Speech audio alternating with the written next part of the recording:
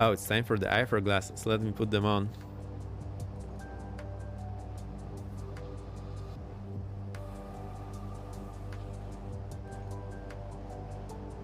Oh dear, this is crazy.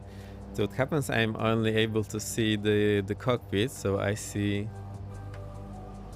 from here, here, and here. That's the view I'm having. But oh, great. Roll forward, and let's see. Floating. I think the idle is not working. That's a touchdown. 217. I think IC is the winner. We need the greenery. So a few years ago, they renovated it again, and they put all this greenery here with all the flowers. And now we have different flowers. Oh, these are the malva.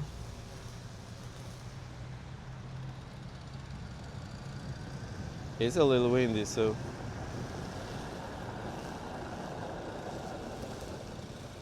Polish people love concrete. Yeah, because it's very, very concrete. Now we have a lot of malvas. Malva is a cool flower. It comes in bushes. I'm trying to make a photo. Boop. Let's try this one. Oh, this one we're gonna get.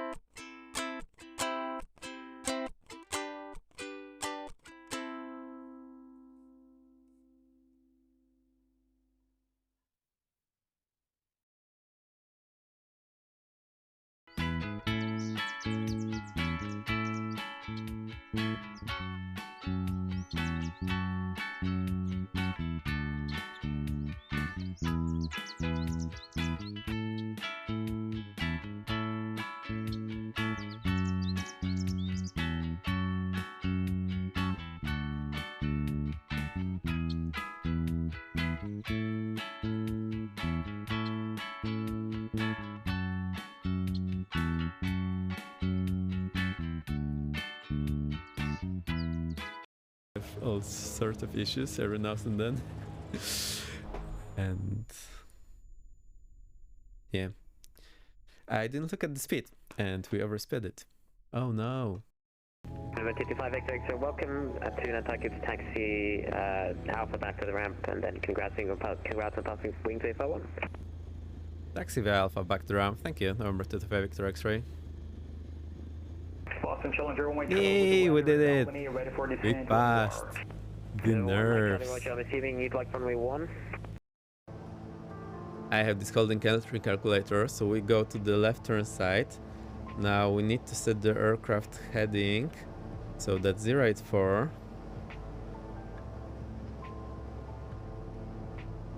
No, 084 is here.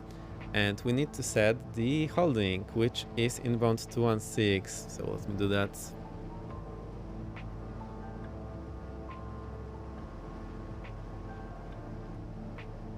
Right, that's 216 set with the red thing and 084. And boom, now we see that we are doing what? Direct entry. Perfect. So we have this depicted here. We just go over the VR and turn left and follow the holding pattern.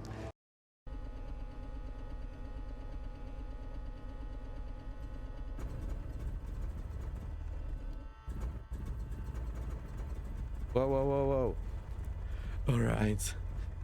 That is great. So it's sputtered. Whoa, I love this.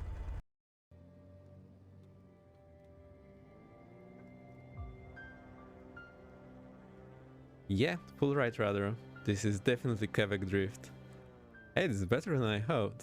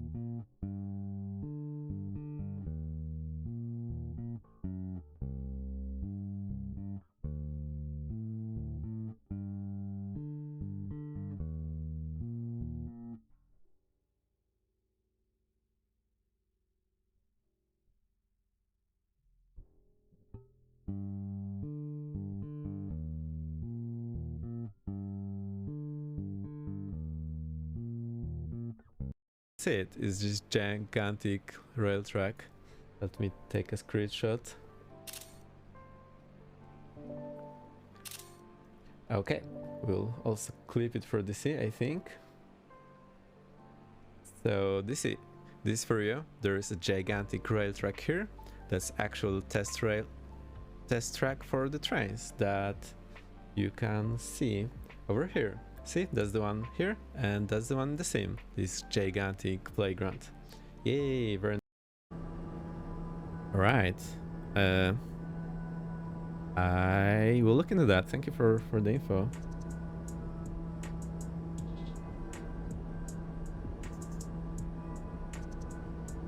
Honestly, I'm a little upset that it's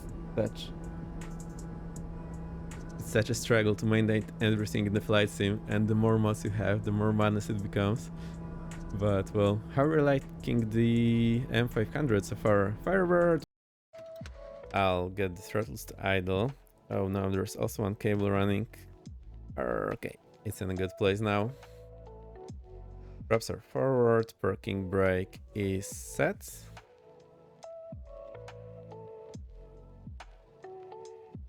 Gears are selected down. That's one thing you need to check. Right, let's see if my controls. And 570 now. There's the runway inside. Perfect. So connect the autopilot. Flight director off. No. Glasses are up so I can see the runway. Align with the runway with the puppy on both sides.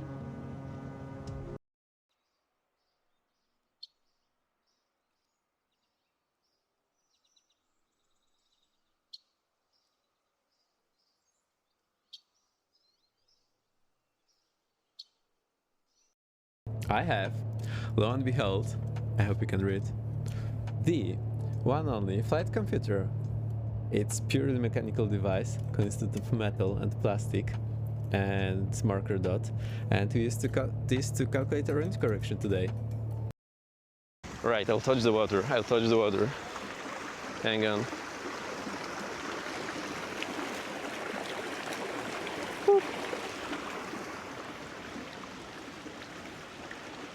Alright, we're good. Water has been touched. Look at it go. Look at this floating cafe. It's super cool. Like, the place is really nice. And they also have this museum inside. So, well, they have ton of river related stuff around the walls, and they're renting the kayaks, which is really nice. So you all say you like the rain. I am outnumbered. We have those lilies or lilacs. They are very pretty, also very wet. Look at those lilies. They are wet.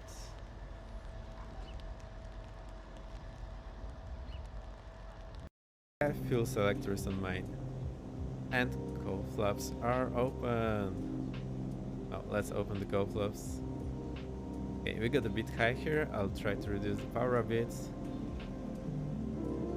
What's up with this wind? Uh-oh. Okay, that was a bit unexpected.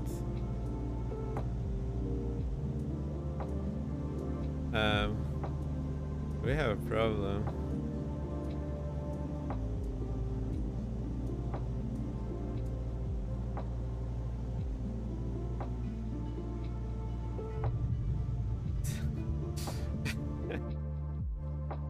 Hey, we back. Without further ado, action things again. Kev, the one, the man, the myth, the legend.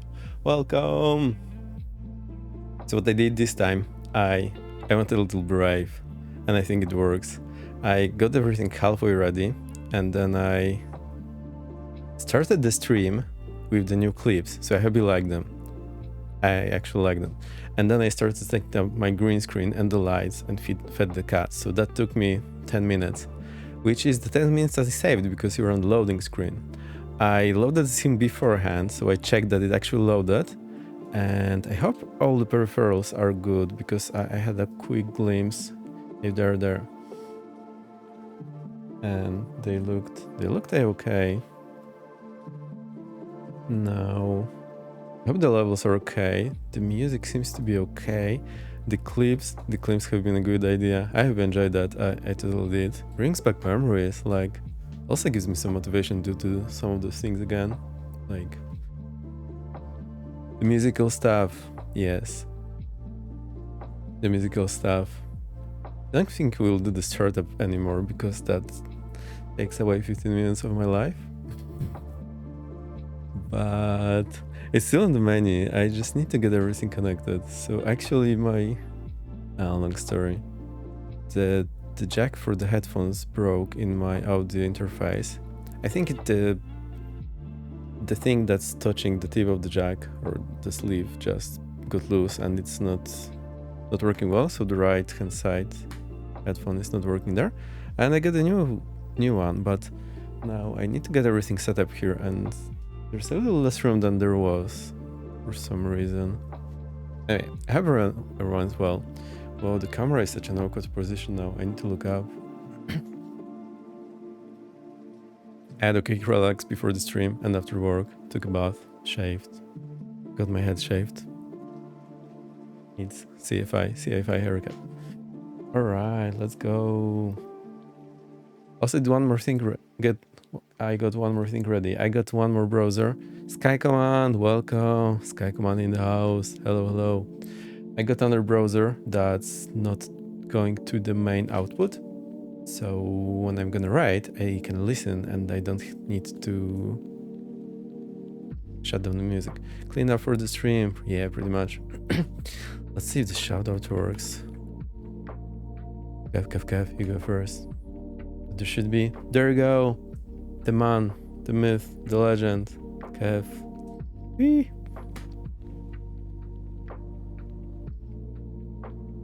The chat is now going in my face, but I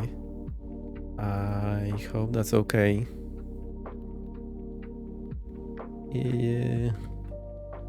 Well, let's have a test.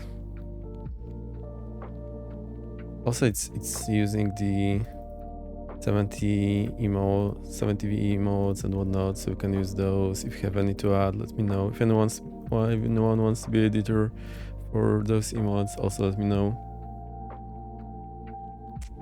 Kinda goes in my face. Hang on, I'll get the camera pointing a little more down.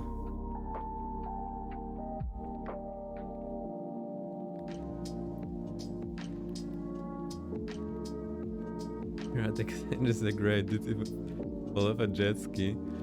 Yeah, they are developed from the jet ski engines. Flowers. I think it's amazing. No more jet ski. That's better. Yeah, that's better. I'm just worried. Is there like a... No. because the camera is right behind my TV screen, so there is a chance the TV screen goes in the camera and you will see like a blurred black bar on the bottom just below your face. I think it's okay to obscure your neck. Oh, but now in this view we are not getting the tip of my head. Hang on. The tip of my head gone. No, that's so bad. Or can I just go lower? Boop. Nah, we need to get it back. Hang on.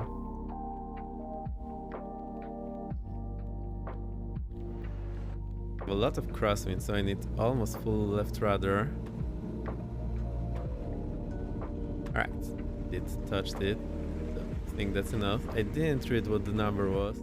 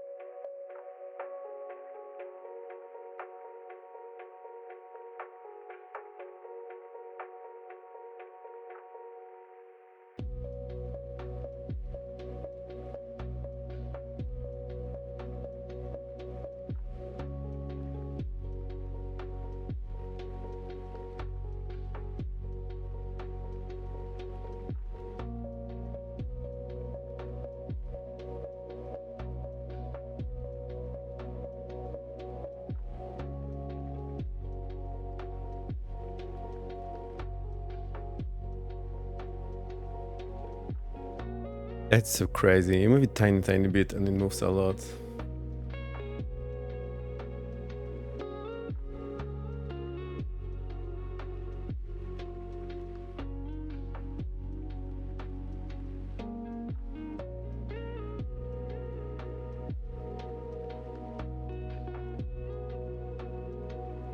Wait, I'm moving in the wrong way.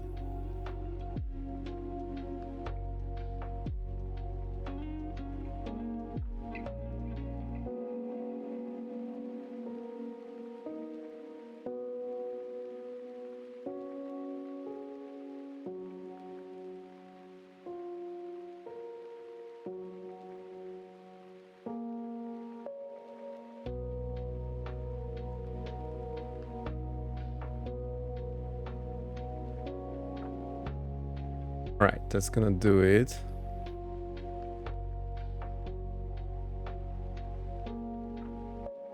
Get this guy out. Alright, that's gonna work for today. I'll try to make it better next time. And the chat goes just over my face. Whoa, you get the shout out again. Why is not showing the emotes when I do the arrow up?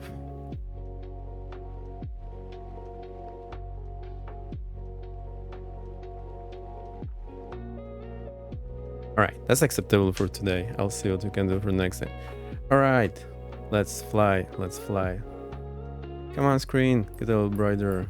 The screen gets dark when it's not being in use. Now it's back. No Jetstar. We need another star. The Aerostar.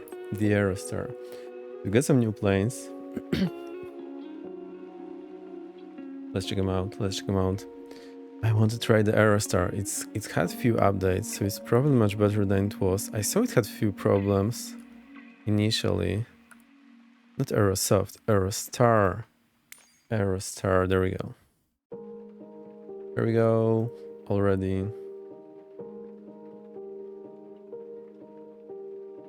I haven't opened this plane yet, so it may not work. So this is like truly first look. I think I put that in the title. I totally did. Configure. Alright. Deliver. What? Is there only one livery? Alright, we're gonna use it. I like it. It's a great livery. Fuel. This always gets me confused because it clearly shows you can click that arrow here to get more fuel. But you first need to go to manage fuel and then refuel. It's a little confusing to say the least. Is there still some room? Yeah, there is. Cool. How are we doing, everyone? Correlate to the camera dance. Yeah. Also, my camera is fairly long focal length, so high zoom. I could probably try them with a little... Oh, but then... no matter where I move it, there's something in the way. I could probably move it a little back and a little up, and then maybe I'll have a chance to capture more below my neck. But then you'll be at a higher angle, so you'll see more of my forehead and the reflections. I'm not sure you can handle it. It's so bright, like all the brightness of the sun reflected back into your eyes. You get the idea. All right, let's see what. Hey, hang on.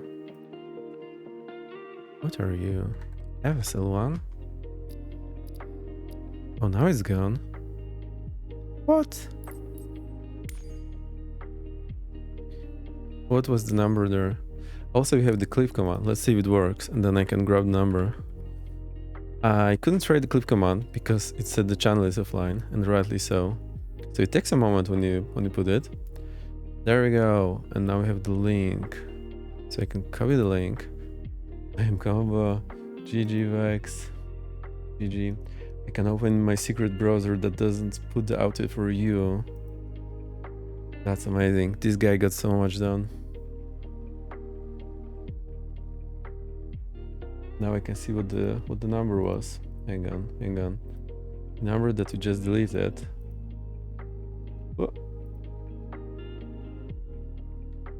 Oh, come on. November, India, 22 Papa Charlie. That might be what's on the tail. November 8th, 22 Papa Charlie. Pro streamer, yeah. Born and raised. I forgot it already. November, India, 22 Papa Charlie. Right. 7 back. Whoosh.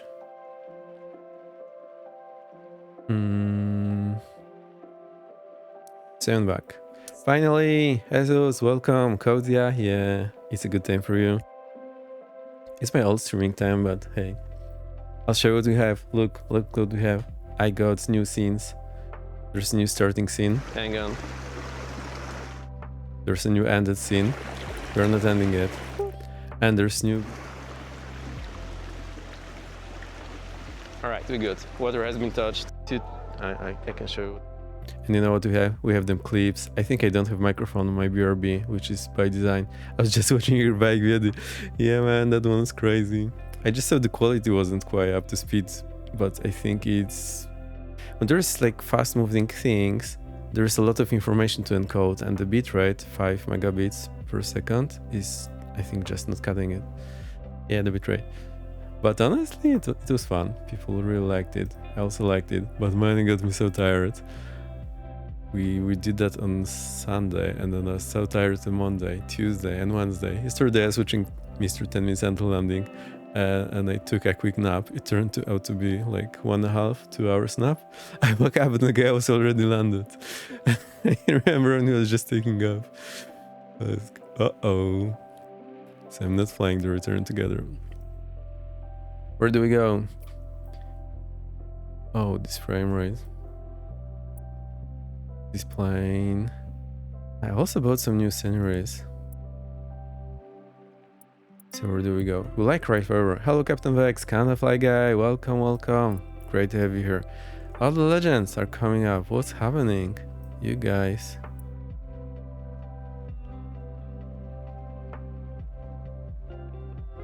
Oh, what's this, Klaus? Jesus, can you explain that? Have you flown the story? No, it's the first look. Those clouds. Klaus in Texas? Unbelievable. Let's try Austin. Bergstrom. Do you read that with German pronunciation? Bergstrom. It means mountain and like electricity.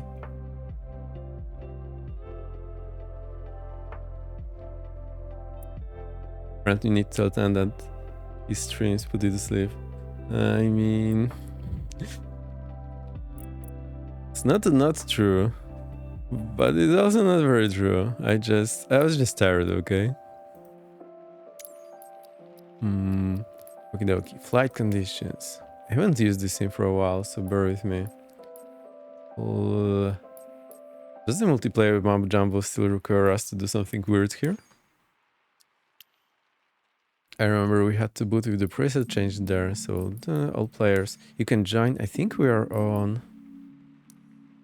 North Europe. We've been having early morning and late evening storms roll by, but daily temp has 36, 38, pretty hot and humid. Oh man, what a combo. Pretty much deadly. I'll be telling a lie if I said I've never fallen asleep during a stream. I mean, unless you were not streaming at the time. Alright. No! I want here. Uh-oh. I want here. Ramp 8. Come on. Come on.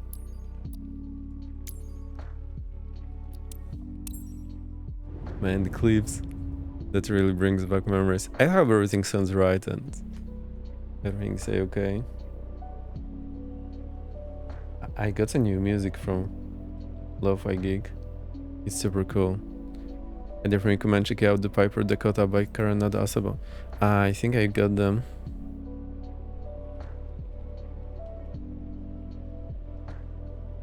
Server looks familiar. Let's go some barbecue. Oh, like it's more than just flight arrows and arches. Really? Really? I mean, it has better equipment in terms of avionics. Just flight, I kind of struggle with it. It doesn't have the DME. You know, it always gets me. A lot of these US planes that are IFR capable, they don't have DME and they don't have second altimeter, and this is a big no-no here in Europe. I mean, the second altimeter, as far as I remember, is legally required. So that's one gotcha. And most of the old school approaches, they require DME. So if you don't have DME, you're doomed. Dakota is DME only a 530 option, not GTNs. Oh, I see.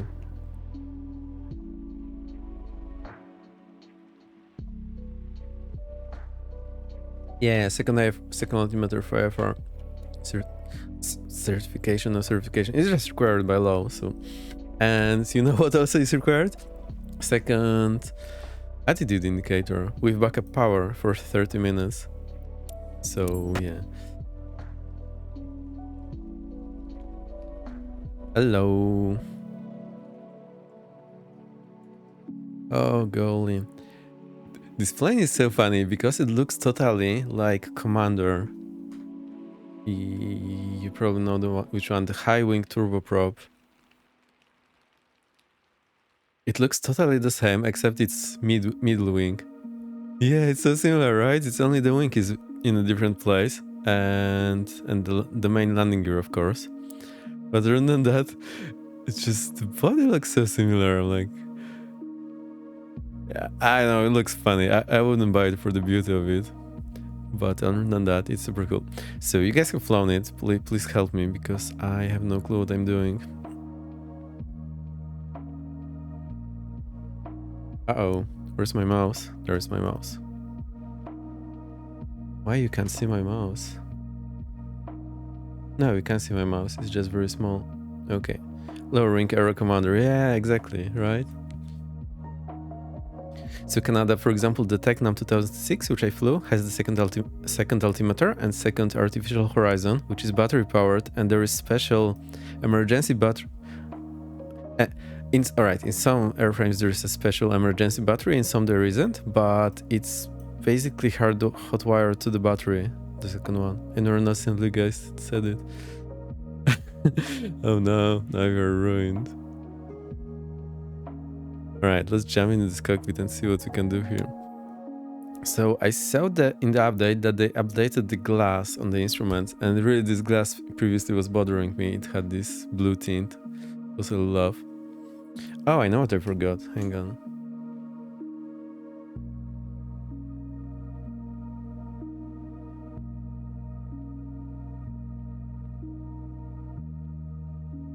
My trusted tracker.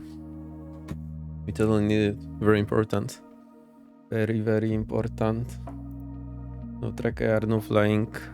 I was confused. I confused them with plane release. At first, like, oh, nice, they're air commander. Confused because I was expecting Highwing Caravan and then the plane existed. Maybe you don't remember, but apparently this airframe is in the movie called... Oh, what's the movie called? You know, the gringo that always delivers. Barry Seal. Tom Cruise, yeah.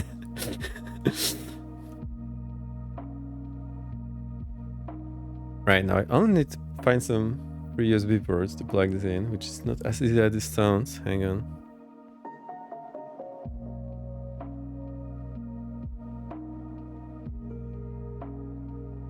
American Made, yes, that's the original title. Alright, we're almost there. Oh my. Sorry for that. I need my Logitech hub and I need to switch my profile.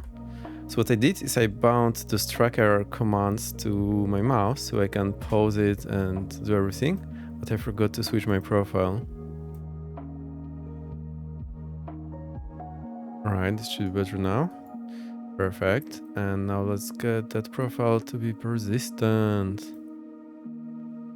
Perfect. I can show you real quick. That work? No.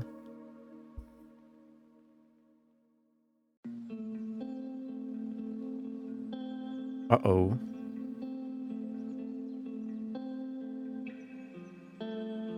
Oh, there we go. So I have this thingy, Logitech Hub, and basically I need to set my profile as persistent, and then here I have all those keybinds. So see, F12, F9, and I use these buttons here on the side to control track error, basically. That's the idea. New flight. Only I remember the Austin code. Nice to have you guys. I missed you. The Outbreak. Lurk. Right, Aces will catch you. Love that movie, but didn't put the two together in my mind. Yeah, I know.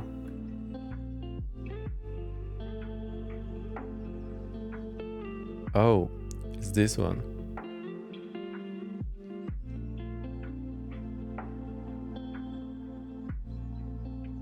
And we can put it in Volanta so we can see it in top overlay.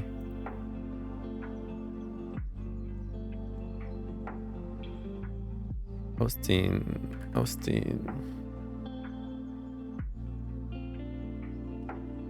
I'm still not up to speed with Alvatex. We'll see what happens. Classical use of those buttons. Yeah, I really like it. It's very, very useful for me. We have spot. Right. Do we see our plane? We do. So let's check the weather. First thing first. Wind 170 at 8. Oh, so it's crosswind no matter what we do. So we'll just take 36 right.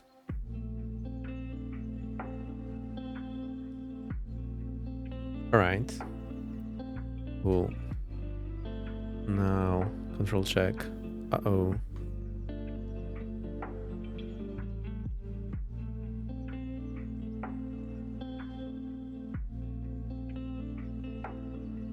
Once when the date will be at Avon 1036. Oh, you're right, sorry. For some reason I thought it's east-west. Yeah, so we need to take the other one. Thank you. Brain freeze. We have an emote for that. Hang on. Freeze.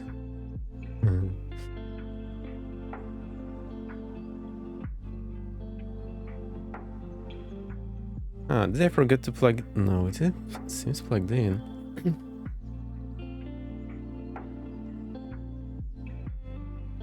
Where's my alpha? Where's my yoke? You were to demonstrate the Elwing technique. Yeah, sure.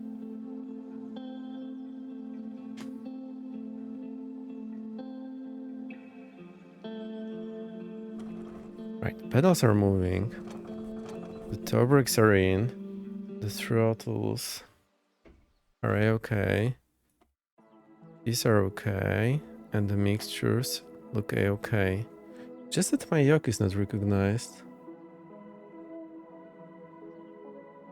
But I feel that it's plugged in. Alright, I'll restart SPAD and see if it sees it. I'll also unplug my...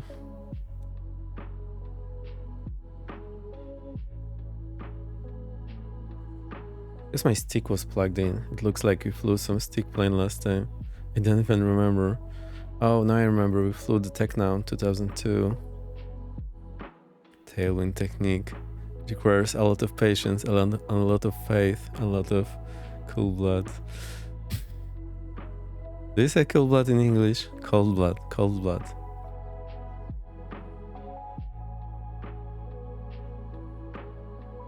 So this body is starting. At least the runway is nice and long here. Yeah. I have my profiles, yoke and Bravo. My yoke, Bravo, controller, Keychron, Pro Quadrant. Uh-oh. And there's two possibilities. Either I unplug the other end of the cable, or it's not gonna see it until I restart my PC. And either way, it's not great.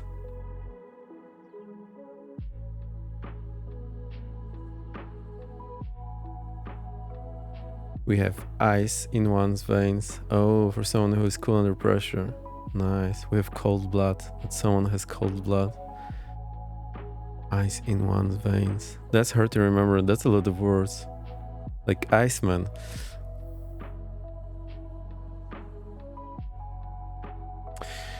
Oh, I know what's the problem. Because I plugged all the other joysticks. Oh, jeez. I usually had them unplugged when I was streaming, and I forgot to do that today. So let me go and unplug them. I'll be there. I'll be back in a sec.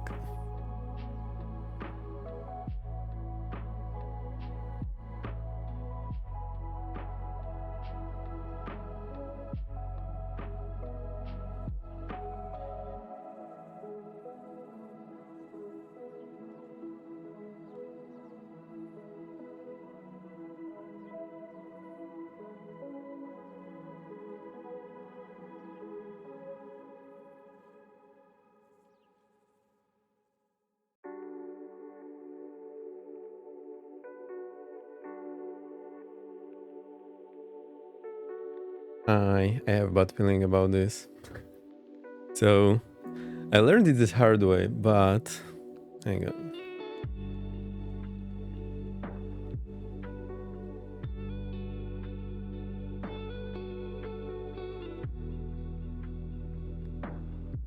The thing is, Windows has some weird limitation of number, I think, of buttons. And when you connect too many joysticks, then any new joysticks you connect will not show up in the system until you restart the PC. Which is a little frustrating, to say the least.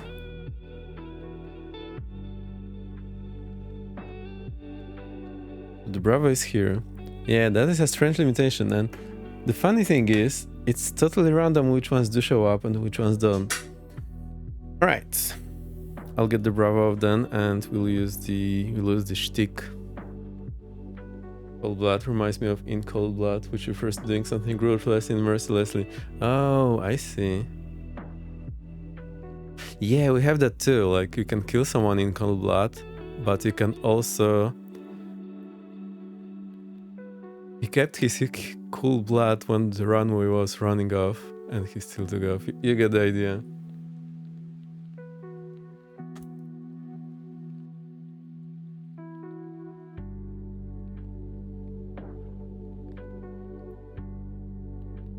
Alright, I need to get rid of my Bravo, so I have a place to move with my joystick, and I need to get another keyboard because of reasons. Actually, I can just get the other keyboard here.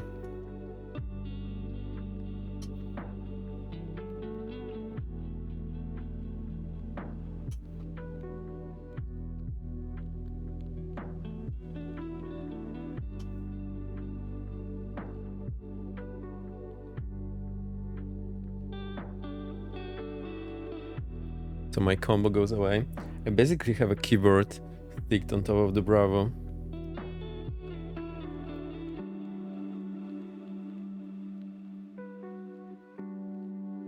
Sorry, the Alpha.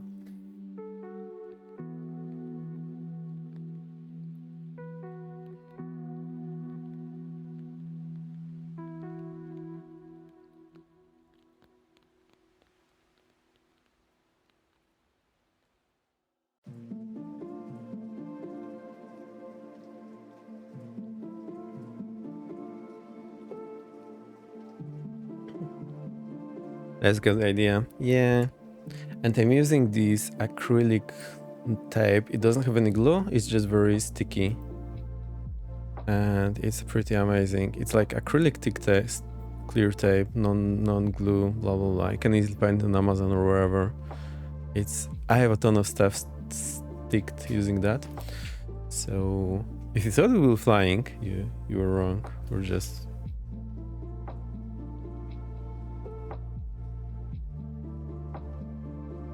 troubleshooting or whatever this is.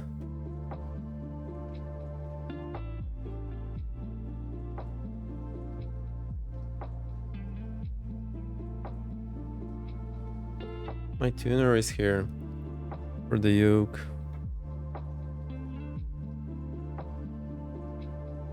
Alright, start spot again. Pod next.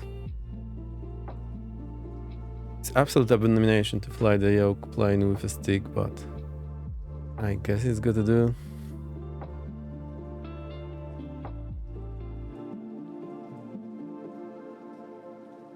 Stick, please come online.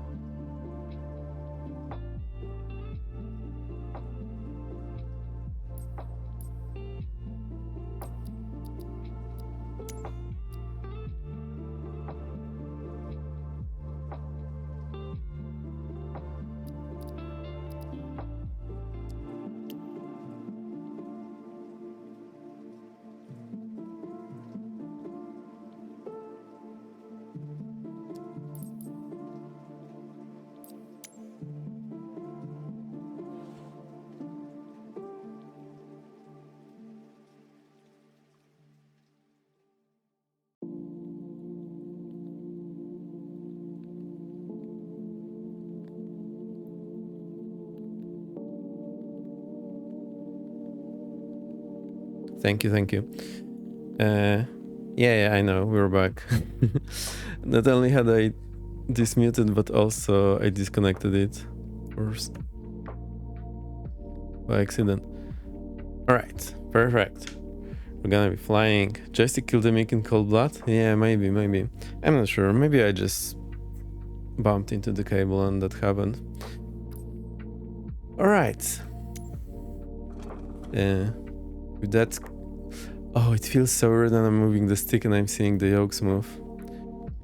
I hope you won't mind if I'll get them off. Do we run a checklist or do we just YOLO?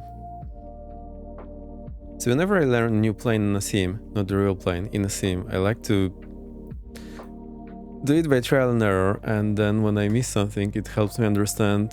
So if I miss this step, why did something next not work? It really helps me understand that. Oh, so they integrated with the tablet. It's a little funny that it shows all the other planes at the same time. But like I needed that now. What? Oh, it's just a bar. It looked like a loading bar. Oh, that's great. I love it. So it's not just the flat tablet, like this guy, which is totally gets in the way, no matter what you do. It's a tablet that I can actually stick there in place. Oh, this is genius. I love it.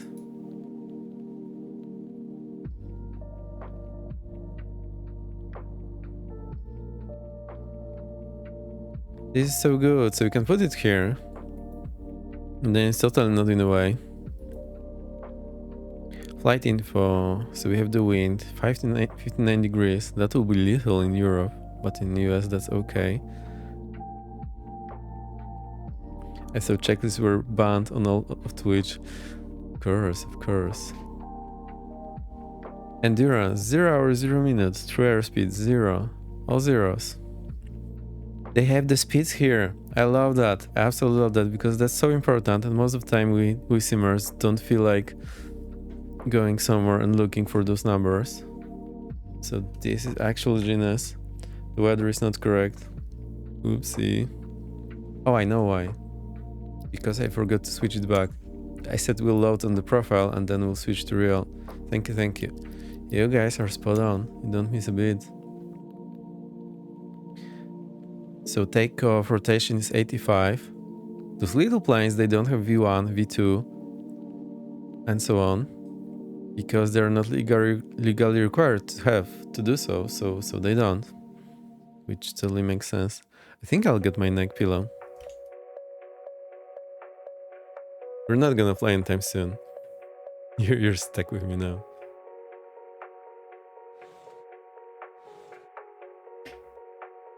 Uh-oh, I can't get out of here. I locked myself in.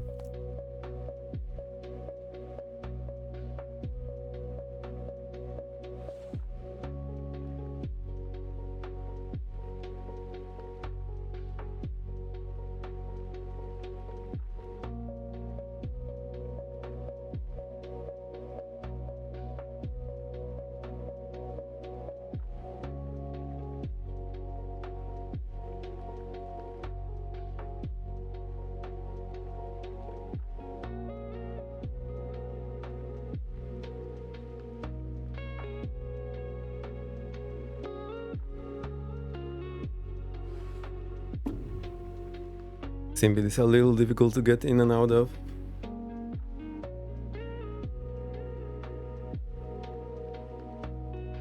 I thought I don't need the neck pillow and I put it in the drawer today. I just need to get it back a few hours later. Candace observant, that's spot on. I'm on the international just standing there committee. Just remember us talking about the 10-ish not win and said, you're right, this guy. So now it's much better. That's pretty cool. Alright, so 85 rotation, which is basically that is basically the red line speed. It doesn't have the blue line for some reason marked, which gets me a little anxious. So best climb rate is 122. Best climb angle 105. So I think this 105, this will be give or take our blue line speed. They are usually pretty close, but that's not the rule. Normal mark line 140, 160, cruise. Up 24 manual pressure, 2000 to 2400 RPM. Slow lean until GP peaks, normal and reach until 50 drop, best power and reach until so reach of peak 100 drop, best economy peak GT or lean for 25 drop. That is so nice and so concise, like they managed to put this information. Hope you can see that. They managed to put that information in a very condensed way, but it's also very informative, like super informative. For any simmer, like this explains how to do that. Do some gibberish.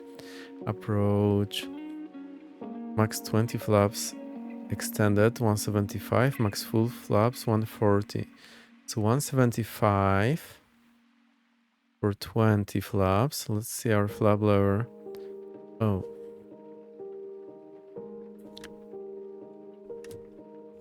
I think Oh, that's interesting. Is that on axis? No. Up, neutral, and down. Neutral? What do you mean neutral?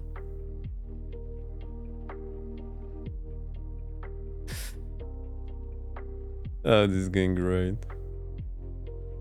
Anyway, I think it's gonna be a little more fun with just learning on stream and not learning off stream and then popping in here like I know everything and then you guys are, whoa, it's so hard, I'm never gonna do that. I want you to see me struggle. We don't do things easy here. Don't neutralize. No, it's planet neutral, let's go. Also, we can get this other shout out. We had Sky Command here. Sky Command. Sky Command. Guy. Is he still streaming? Maybe. Landing best glide range, VBG. That's the first time I see that. Max grist full flaps 140, so that should be the white arc. Oh, interesting. White arc is actually 147. But the full flap says 140, so one of them is wrong. And max gear 157. The max gear here, flaps 20 here. Because speeds are so high. That's crazy. Best glide endurance 105, max crosswind 20 knots. Alright, that's a lot. We have the checklists. Oh, and you can switch the stops here. Emergencies. Right, I'm gonna yell it. Let's see what I break. Miscellaneous. Wheel chokes, tie downs. They're off. Parking brake, right, this controls the lever. There is autopilot here, so we do not need to deep dive in there. I see, that's pretty clever. So the reason is that you can put this tablet here somewhere on the side, and then when you're flying, you don't need to duck in there. You can just control it from here. So that's pretty cool. We have the gyro drift. I love it. Gyro drift, let's go. Just how do we? So I pop that in with the right click, in on route, and then we can adjust the card. Hell yeah. Gyro sound, realistic steering. Alright, metric temperature, of course. Cockpit resistance, sure. No visible passengers. 833 radius, every single day. Resistance by lever, realistic parking brake. Metric air pressure, not today. Advanced options. Small GPI, GPI in Celsius, turb strength. Wear rate, failure rate. No GPS, GNS, dual GNS 750XI. Cool. Fuel, full. Oh, it's just our C of G. Although that we're using a very basic cockpit. Yeah, I think I was always like, give me a plane like this. And there are a few that were like, almost, I think the 414 was great. The problem with all the singles from Coronado is that they don't have the full IFR equipment for me. So this one doesn't have the second altimeter as well, nor the second attitude indicator. But I can live with that. It does have the DME, so that makes me happy. Maintenance, inspect. Also, it shows us if everything is okay. And we can get like, let's say we are sure to continue. Yes. Yes. I can't click yes. Alright, it's only no. Oh, I think I broke the tablet. Never mind. Engines. Oh, and it's showing those animations. I think I saw that. There's all great additives, spark plug. Engine analyzer, electrical system, other step 2. Oh, because there's 2 engines. This is pretty cool. It's very simple, but it's cool.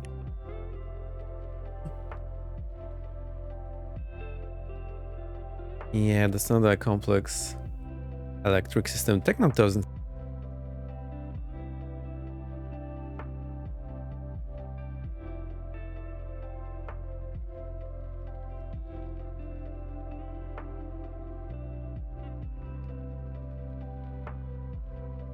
Really? Thanks. So maybe, I don't know. It's not bother about it too much. Thank you for letting me know. I was saying, Chili Willy, hey Mr. Vex, how are you? I'm fine. Hello. We're flying the plane. It's a new one, so I'm learning. He moved and it died just as you started explaining the cross system. I see.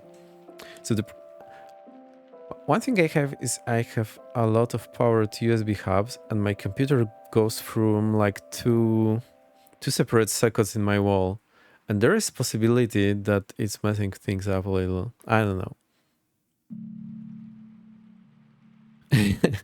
I see what you did there. It died when I was explaining electrical system. The irony.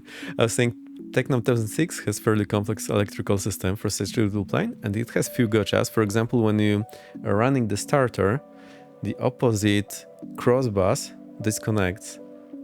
And the reason is if there is any voltage fluctuation from the starter or caused by the starter, they don't want this to affect the anything powered by the other alternator. Nice learn, extreme, perfect. Yay, I'm glad you like it. We had some of those educational flight sim streamers, and one of them disappeared from the face of the earth. Makes me a little sad, and also I miss all the people I hang out with in chat, so I'm trying to do that to the best of my abilities. You can't... No.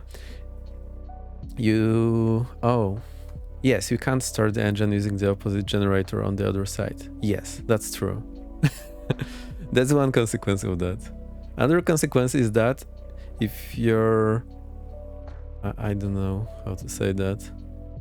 If your left alternator is dead and your other avionics are powered, or the big avionic are powered by the right engine, and now if it's dead and it's... Alright, it doesn't work. But you get the idea. It disconnects it, so it's a bit of a gotcha. Right, mic still works.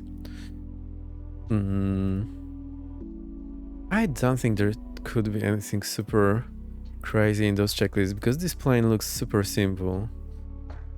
Cabin, battery, gear, so that's just ensuring everything is the right position.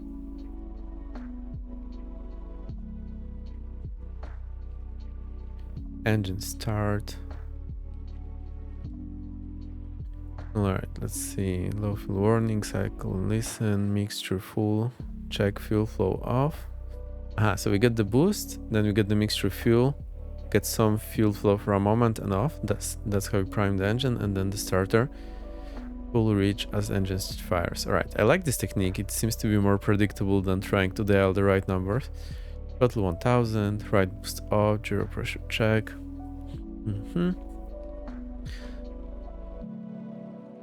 Warm up and run up. Throttle 2100, prop cycle 10,000 RPM to max 4 times. Magnetos 175 drop max. They do not note the difference between the two magnetos. For takeoff. Oh, so that's a simple plane. Well, some of those are... I think that we have some other click spots behind, maybe. Oh, so that's why it's not working. Oh, that's interesting.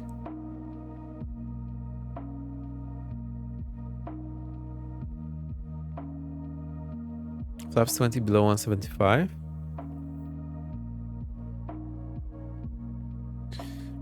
Then streaming now. Is it? I'm going to bob out for a moment. No worries. Is he streaming Sleep 8 BRB? This guy. Is he streaming really? I had no idea. He is. From Strohwaffle to Setay.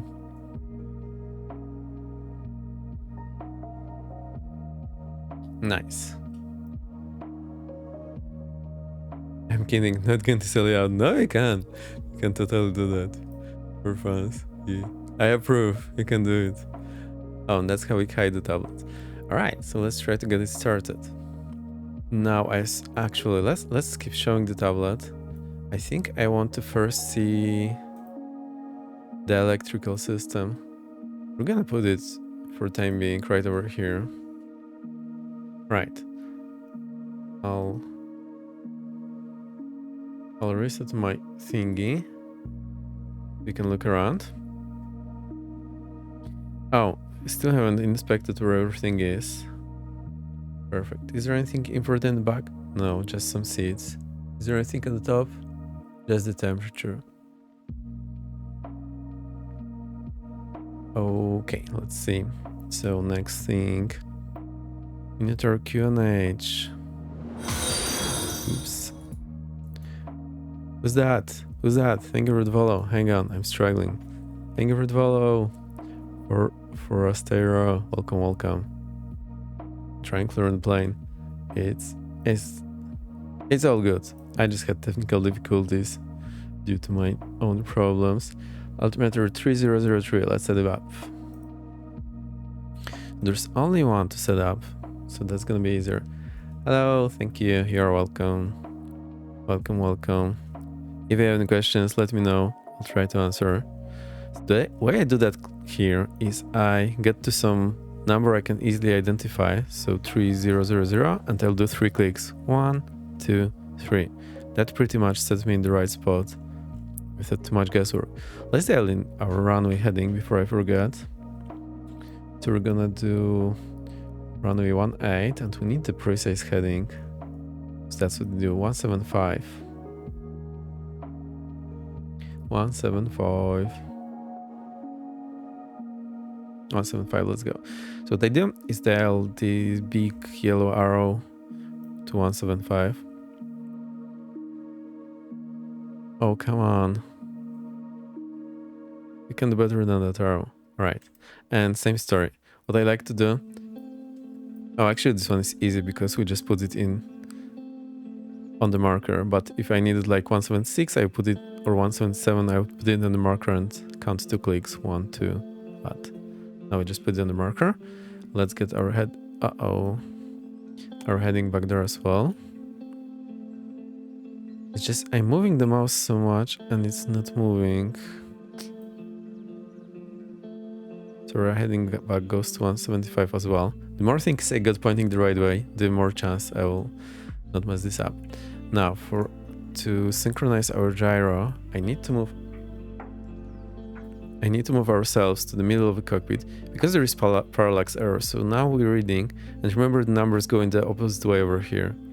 So that's 15, 16, 17. So we're reading 176 right now. If I go back to my original position, it's still showing 176. Well, it's showing more like 175. See, the further we go, this slips away. So we want to be very precise about that. So 176.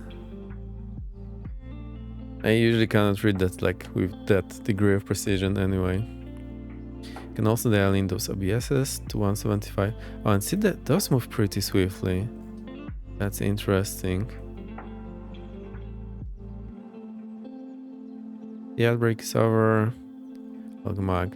We just set our heading back, our OBS.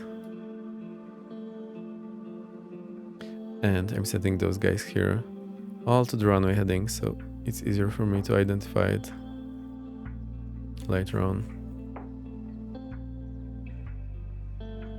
Right, those are set. So everything's master is here. Autopilot nav 1, nav 2. Autopilot on out and auto trim, GPI, EGT all, fuel flow. We have circuit breakers here which are not working, but I don't think it's gonna be an issue. We have the air control on blower, fuel boost. Alright, that's our fuel selectors for the right engine, and here's for the left engine. I see. So on is feeding from the wing and fuselage tanks, and CrossFit is feeding from the right wing. So it seems there is one fuselage tank and left right wing tanks, and the CrossFit only gets you from the wing.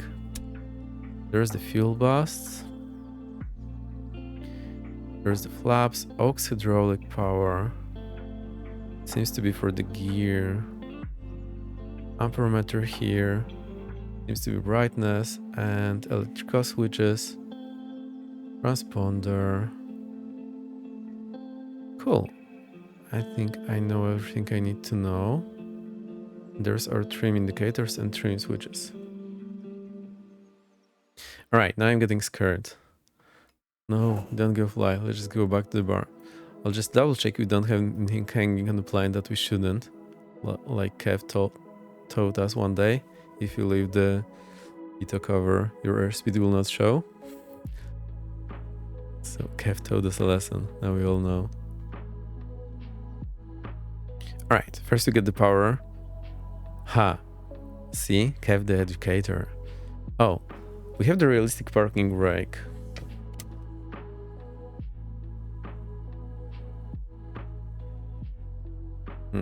Seems my parking brake switch is not working.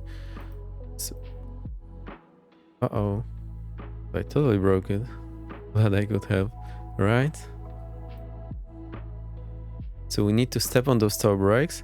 And we need to reset that every time you come to the plane, because you don't know what happened before. Step on those toe brakes and only then lock the parking brake. The reason is it's locking the pressure in the system that you put. So if you try to lock it without stepping on toe brakes, it will be just super ineffective. You still can pull it in the real plane, but it will not do anything. The plane will just gladly roll. Or if you put only toe brakes only halfway and not put too much pressure, you won't get full braking power, full braking action.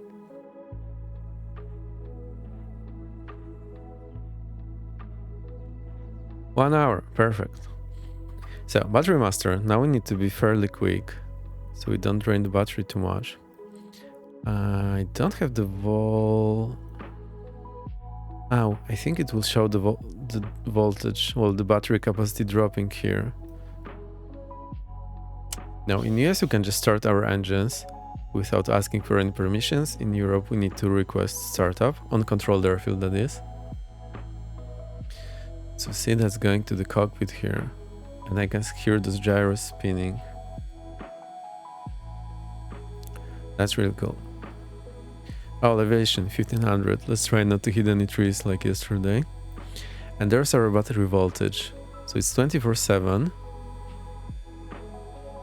Let's see how that changes. And we get the nav lights on, which tells everyone around that we're in the plane.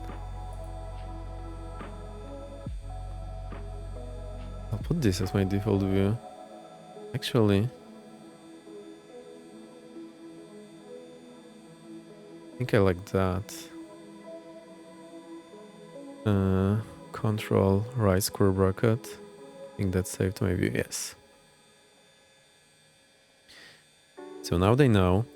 We got our fuel to the main tank, so let's see our fuel indicators.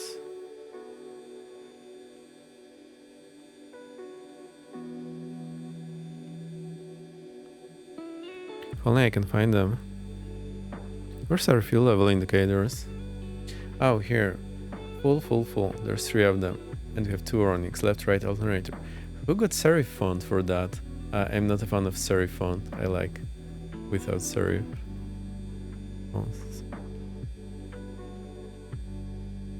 Right. So now, because we're starting the engine, we will get the beacon. I think it's a good idea to also get the strobe. Team Sans, yes. Also get the strobe right when you're starting the engine, just to get even more attention. And some of those planes, like I'm used to flight, we don't have strobe lights, so we need to use... sorry, they don't have beacon, so you need to use strobe anyway. But also normally check during pre-flight if all that is working. So let's start with the right engine. We get our boost on. I'll get the mixture up and we'll look at the fuel flow. So fuel flow is here and it has the split needle. Split needle design is pretty cool, I like it. 1 Mississippi, 2 Mississippi, 3 Mississippi. Let's do 4 Mississippi or 5 Mississippis. Alright, we saw the fuel flow, so we have primed the engine. We keep the boost running. Props are forward. It didn't say anything about opening the throttle quarter inch, but let's do that. Actually, let's have a look.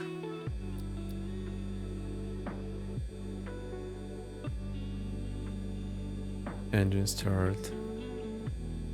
Throttle cracked. Throttle cracked. So let's crack the throttles a little open. I think that's gonna do the job. Now, I step on the brakes. Even though we're on parking brake, I want to be in full control. And if it starts slipping, I need to be able to apply more pressure instantly. No one there. Clear prop. Let's get those strobes on as well.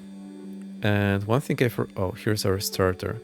So we get magnetos to both, and now I'll hold the start, this in the start, until we hear the engine start.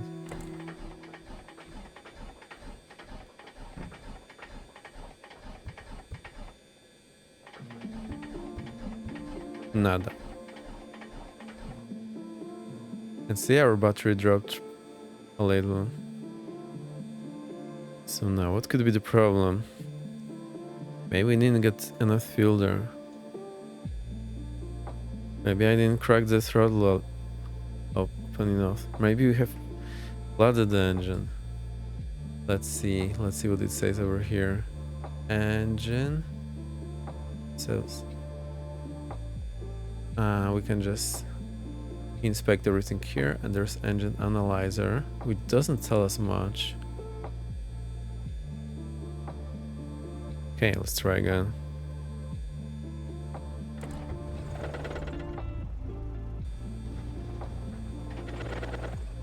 Oh, it started, but I forgot to move the mixture in. Perfect. So let's try that again. Mixture, 1 Mississippi, 2 Mississippi, 3 Mississippi, 4 Mississippi, 5 Mississippi. It was a little quiet there, so I wasn't sure and I hesitated.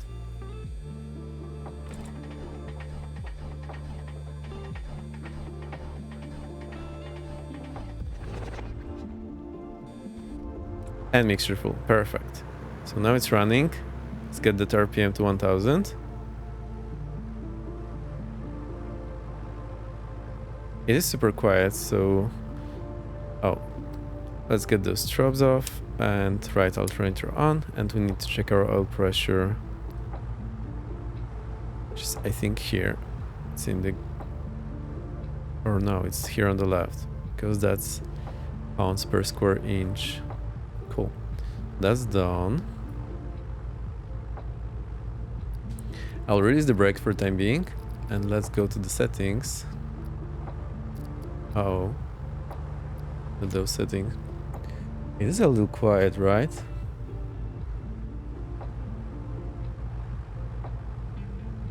I wonder if I simply dialed in my sound volume down too much.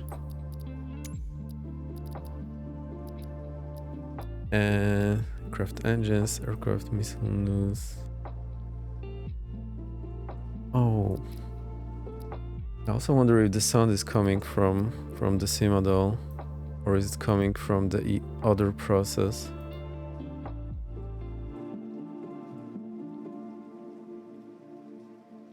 I see. So the sound seems to be coming... No, it's actually coming from the sim, so that's good.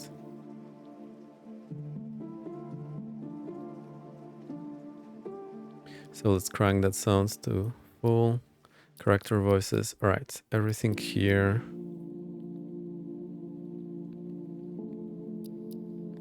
I think that's gonna work. First engine start of the day. Let's go. Is that any of you here on the right? Now it's a little better with the sounds.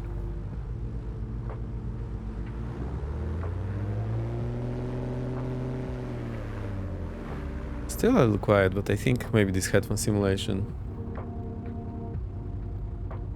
Right, not a big deal. Or did I mess something up with my filters? Hang on.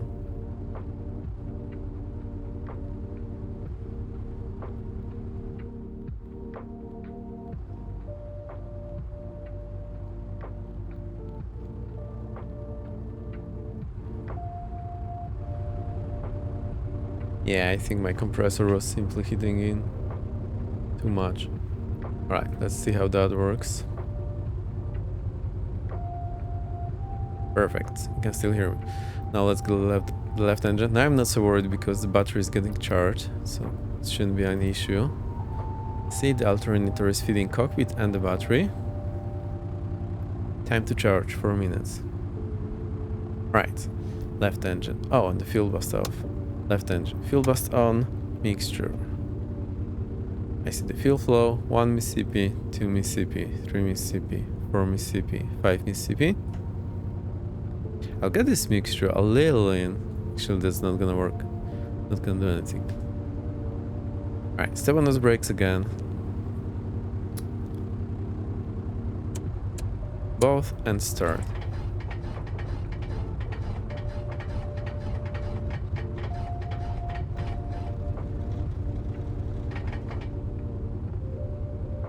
Oh. Died on me. Let's try again.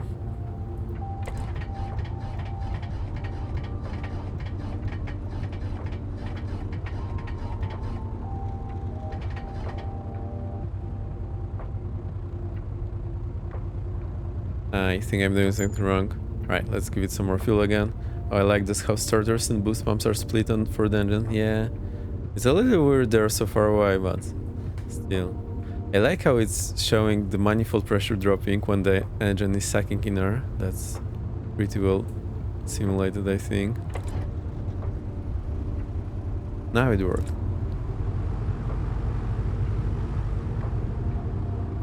Alright. All pressure is here. Left alternator. Boost off. Perfect. So now we can get our avionics. I can release the tow brakes again. Avionics were here. Avionics master on, and let's see what happens. Oh, this is cool. So those old radios, well, actually many radios, the volume knob has a click on the low end, and that puts it to off. Why is the oil blinking here? I think it's just not warm enough yet. No. Oh, that's the fuel pressure, that's the oil temp, so the oil temp I think is rising. So you need to get them unclicked from the off position. This is so cool, but I imagine anyone new coming here like, why are my thing is not working? And it's same here. See how it clicks between on and off?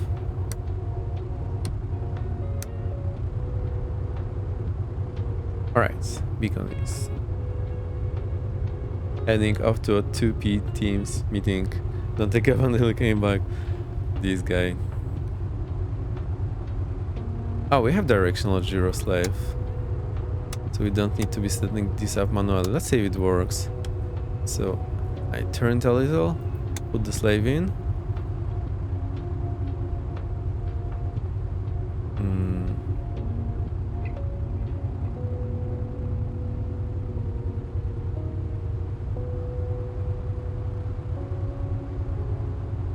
Interesting. But if it has the slaving, then we can just turn it on in the options.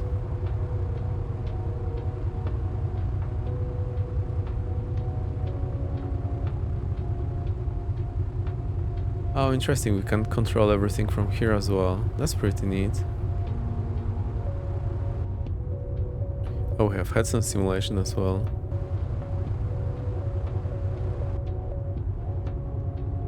I think I like it better with the headphones. My ears are pretty used anyway. Did not hit any more problems. Where was the thing? I lost it.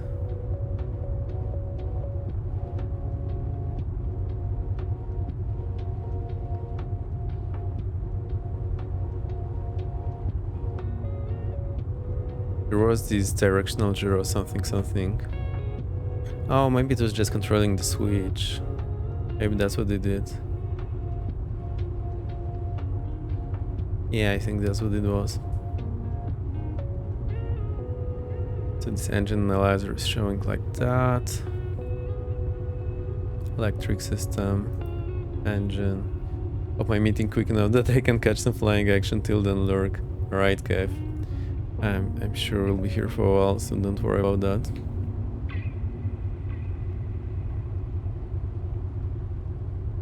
I feel like we're at the taxi, which is a little odd because, well, I feel like something is missing. Also, we should keep this RPM at 1000. That's what makes the engine happy. Right, those sounds are coming along.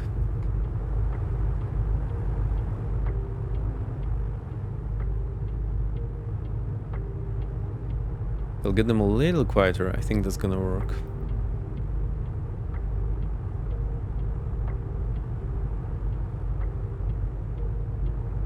I'll set my default view again. I think I want this for my default view. Control right scroll bracket. I have a custom building.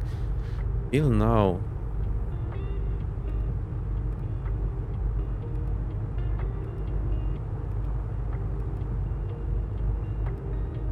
Right, I didn't know what I just set up. Let's try.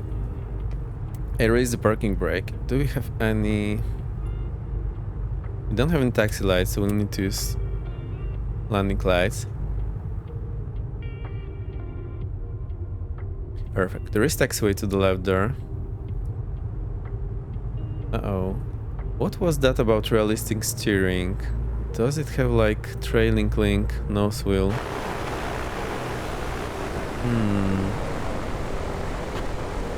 I'm a little puzzled about that.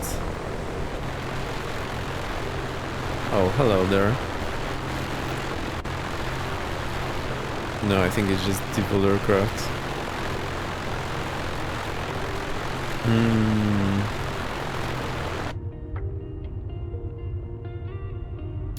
Or maybe there is some button on the yoke for the steering.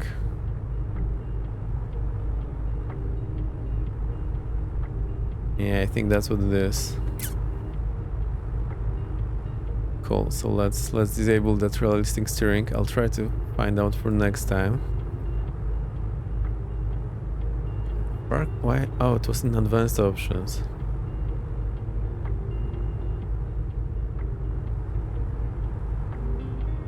Cool. Get that to the side. Oh, let's put it here.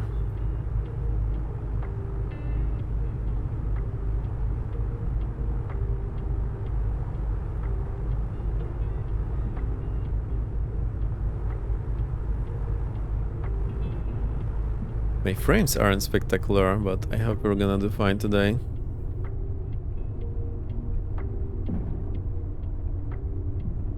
I'm still not sure about this realistic steering. I think there is some button of the yoke that we need to press in order to have the steering working, just like the pinky button on the F5 Tiger jet.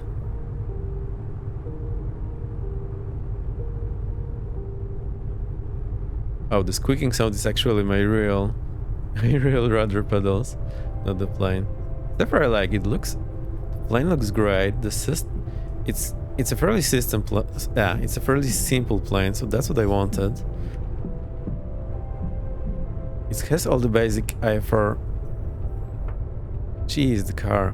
It has all the basic IFR instruments that I need, and nothing more. So that's pretty much what I wanted, and it's twin, and it's property win. The simple type. So far I'm loving it. See how it flies, and we'll try some engine failures as well, because that's what we do. We'll not try it too low to the ground again. I don't want the fallen baron situation to repeat. How are we doing time wise? It's 8 PM my time, so I think I still can go for like 2 hours easily. And it's been, what, 1.5 hours almost.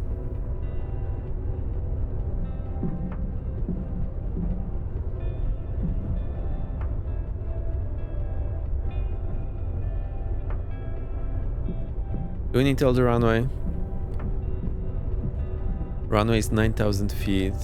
So if you go here, that's gonna be like 5,000-6,000. Well, let's go. Let's get all the runway.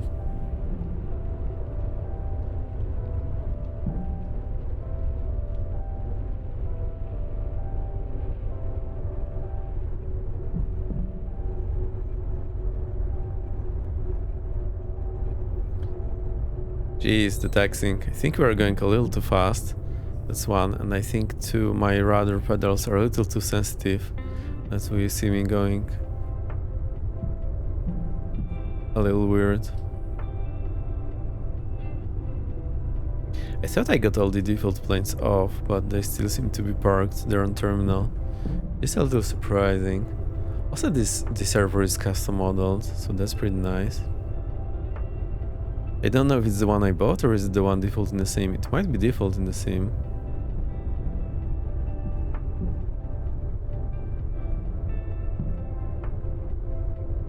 I need to remember to keep my neck straight, otherwise it's gonna hurt. All those cars. They just don't know where not to go. Come on, cars, you can do better.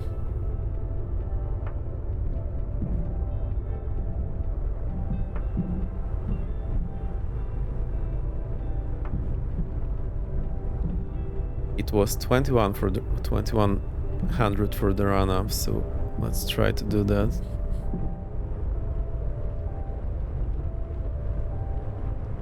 We'll give Kev a little more time. It feels a little weird. You guys are midway through a workday when it's so late for me. Like, I find it hard to believe. I feel like everyone is resting now. Is that fuel gauges under the compass? Yes. The three of them is the fuel gauges. There is left and right wing tank and there is fuselage tank. And if you look at those fuel feed switches, so I'll point it a little into the wind for a run-up. They are in the on position, which is feeding from wing tank plus the fuselage tank, or the other option is cross feed, which gets only from the other wing tank. Which I've never seen that before, so that is pretty cool.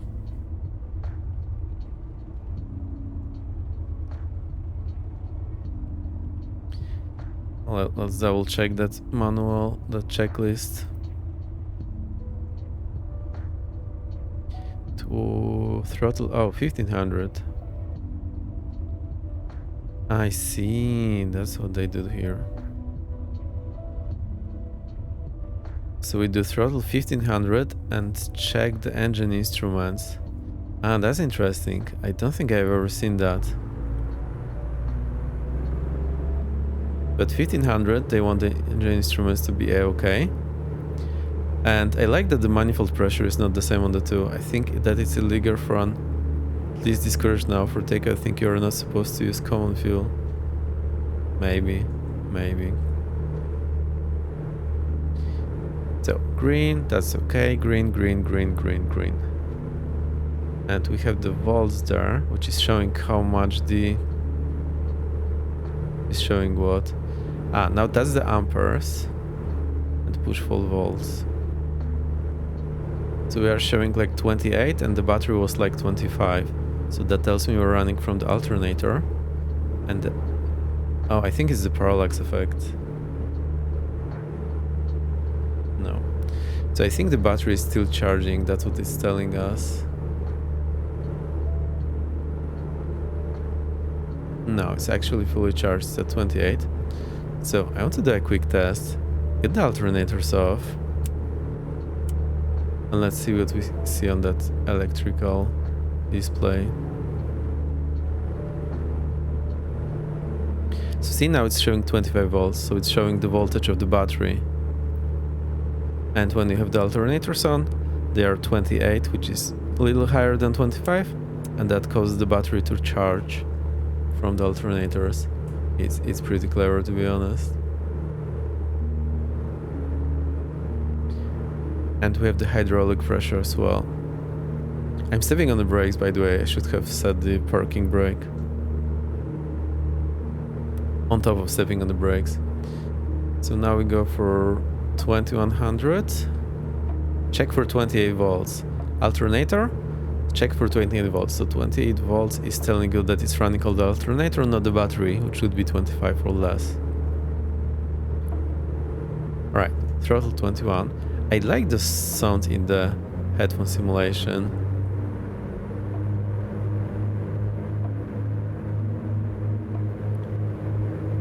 Now the needle split there a little. So those engines are not the same, which makes me very happy. See, there's different readings on the engine. We have the same RPM, but different manifold pressure.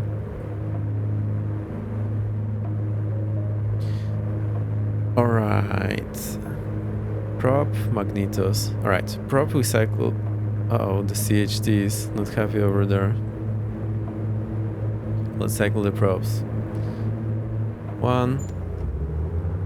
Watching the RPM. 2. Watching the manifold. Manifold rises. And 3. Watch the oil pressure. The oil pressure is dropping. Perfect. And now we'll check the magnetos. So, left and left. Alright, drop looks good. Back to both. Let them run for a moment. And now, run and right and right.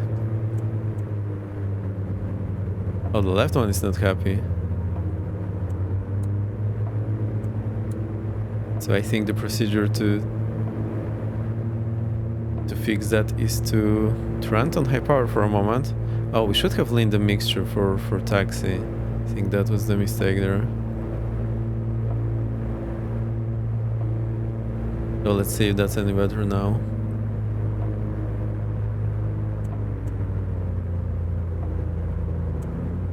It still landed good. They don't want to spend time fixing that, but that would be no-go for us in a real plane. That's so cool. I like it. How the engines are different, how they're really reacting like they should. You really feel there's this engine simulation underneath, which A2A is so proud of. It's nice they molded that right. And also the sound, like we could hear it not connecting properly.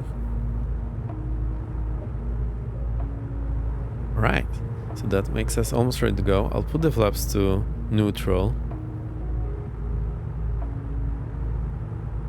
Now why is the needle not going anywhere?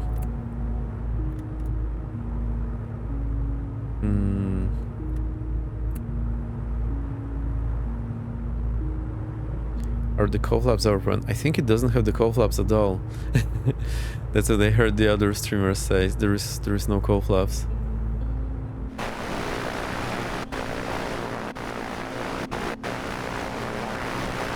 See, no cowl flaps. Strange, right? For a plane of this size and complexity. I'll just reset the view. I'm just a little puzzled by the flaps. How am I supposed to control that?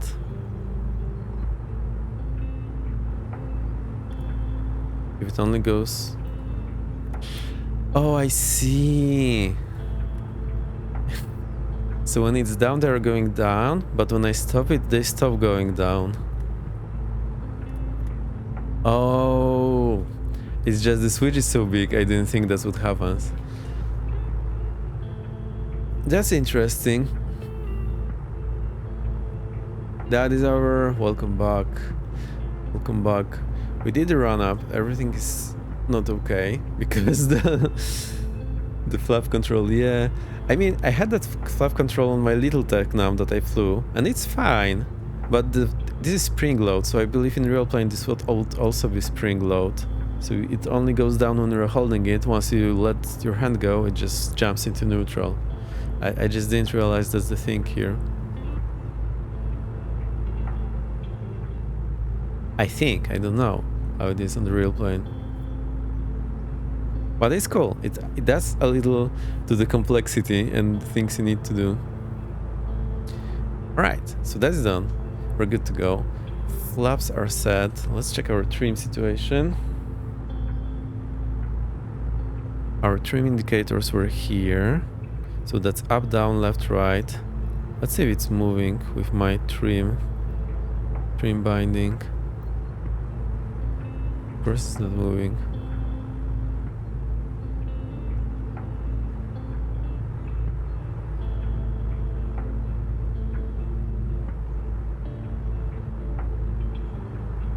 I'll get the RPM to 1000, and I need to fix the bind for that.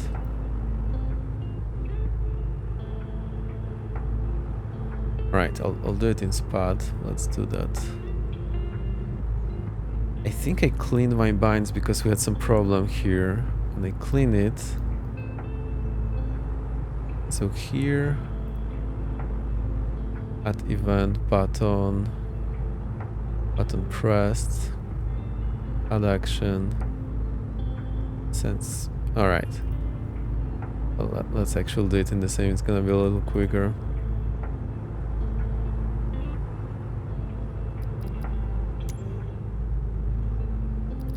So we go over here.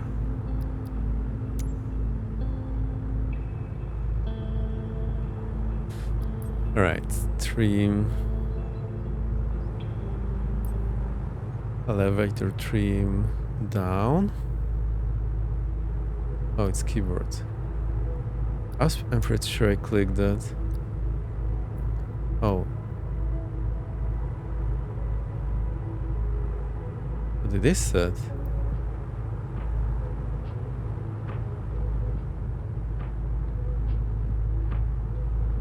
Right, let's try again.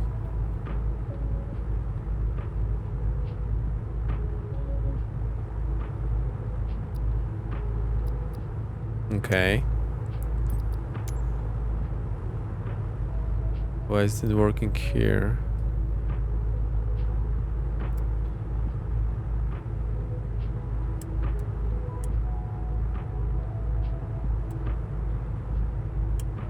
And this isn't working as well. No steering. Oh, there's no steering, so that's how you do that. So do you just drive it with that? It's totally possible.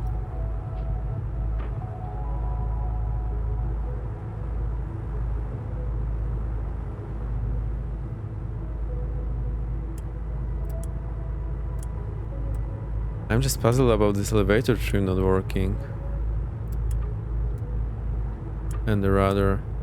Is there any cutout switch that I forgot?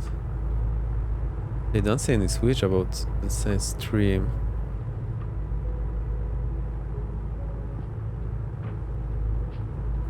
Let's try on the yoke. Oh, it's not even clickable.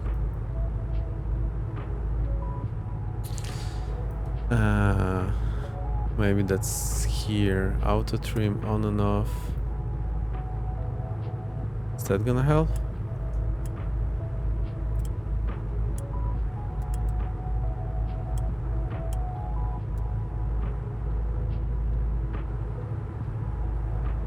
Auxiliary hydraulic. Maybe that's gonna help. Wait, I think the trim actually moved.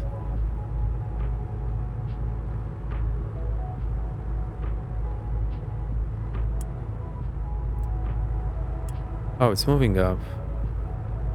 It's moving up now and it's moving down now. But if I hold my button... Oh, it's also moving. It just moves very slowly. Alright, and if I get those guys off... Was it just me being impatient? I hold it up. Oh, it is moving. It's just moving very slowly. Cool. No issue. Nothing to see there. It's just me being dumb. Cool. Alright. Let's get this parking brake off. Our landing lights have been on all the time because we use them as taxi lights, because that's all the lights we have realistically. Fuel station, we're at full. On the main tanks. Northern approach. Oh, totally forgot about our transponder, so let's get it to alt. Runway 18 identified.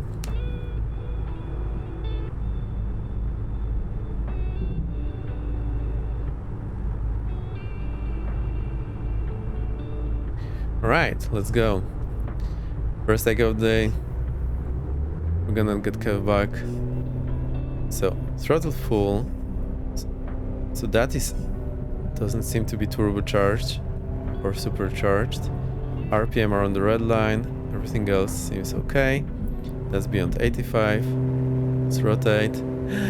I like how the sound of the prop changed as we changed our angle of attack, I think. Now this is pretty loud. I'll get it a little quieter. Positive climb. Gear up.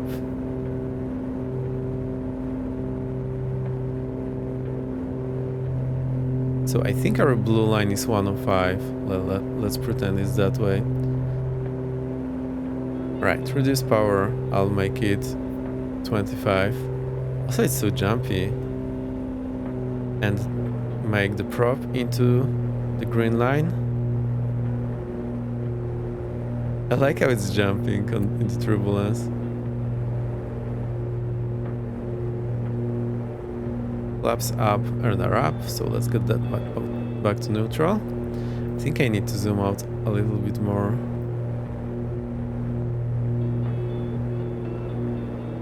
Well, let's get that as our default position. Right, I think left track pattern will work here because there's other runway to our right.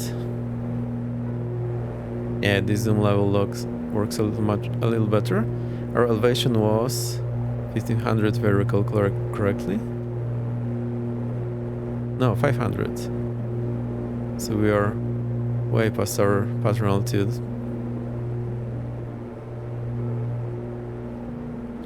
Right, let me try to find some nice cruise power. I'll just go 2020 and see what that gives us. Let's keep those props just above 20. Right, that's the crosswind leg right there. That's a speedy beast.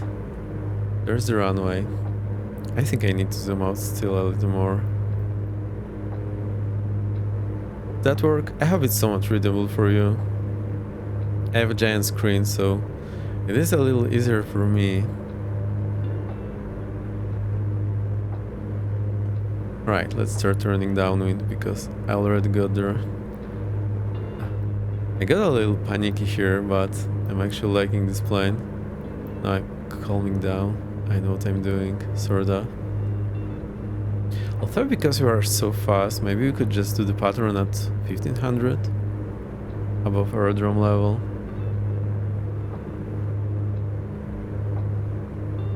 I like how the head shakes in turbulence. It feels a little different to the other planes in Misfits. I'm not sure what they did to have that nice effect. Right, it flies really well. I'm flying on the stick, so that's a little different.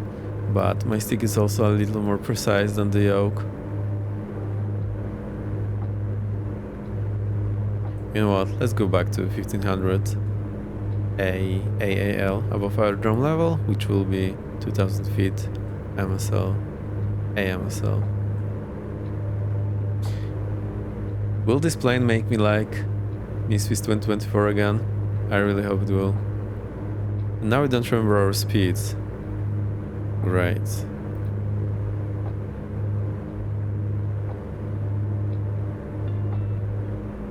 I like when you have placards for everything. So here we go. Max egress tension 157. Alright, let's go idle.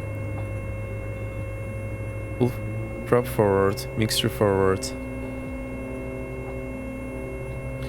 Alright, speed check, gear down. Flaps 20. Checked, let's add power. There's the runway somewhere there. So max flap full is 140, but it should be like 145 because that's what it's showing us. And max flaps 175, but gear only 157. 175, 157. I need to make bank just freak out because I try to transfer a bunch of money to my investment managers. Yeah, that's what banks do, but they're trying to keep you safe after all those people who who are not safe. So I kinda appreciate that, but it always pops up when you least need it. There's the tower that I can see. I should have dialed in the ILS.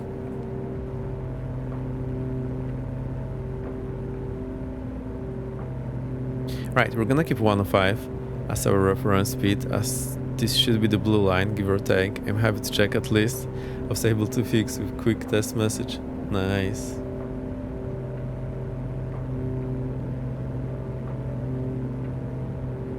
Right, I'll make shallow turn to final. We're pretty far, so that's a little awkward place to be.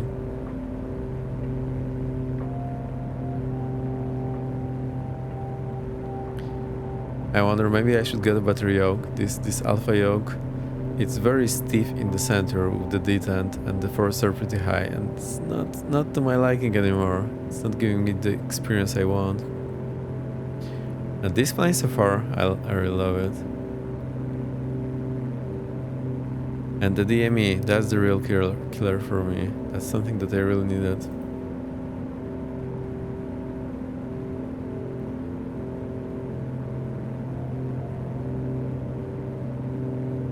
Is a little too loud, maybe?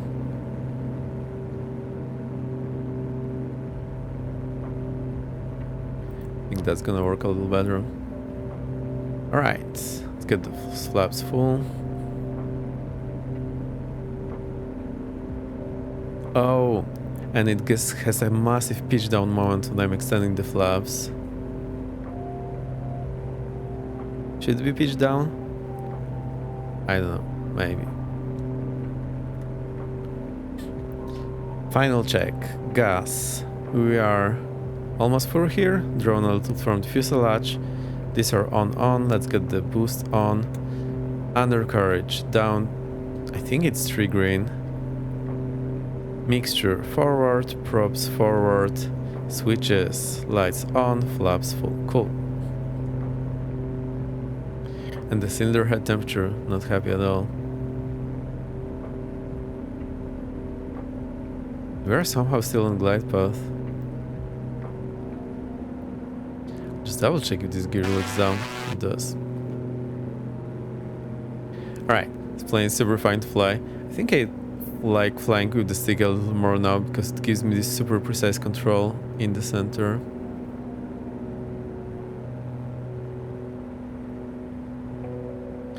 I dropped below 105 here, which is not cool.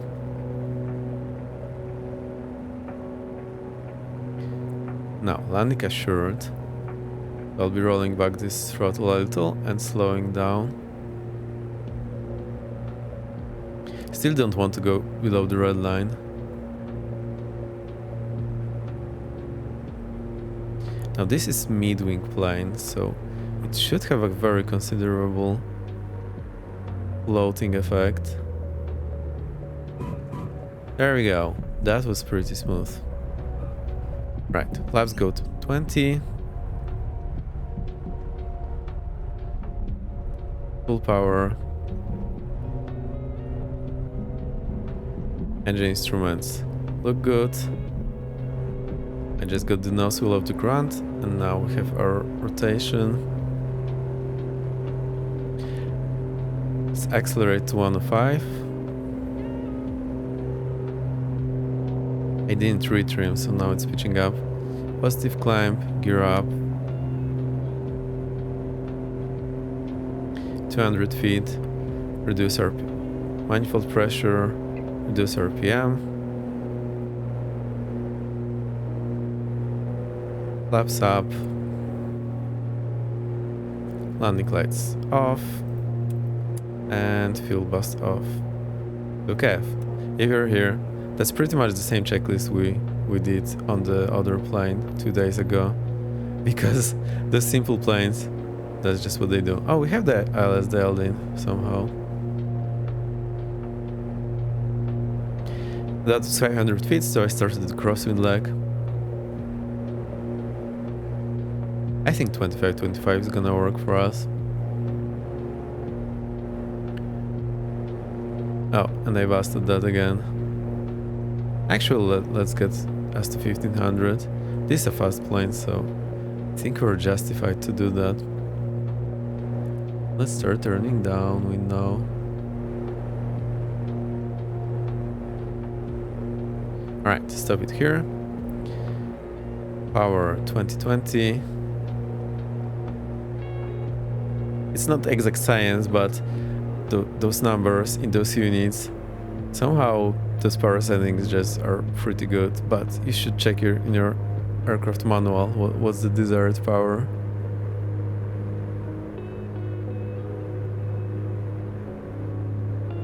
Yay, I like it. Simple prop twin. Hell yeah, let's go.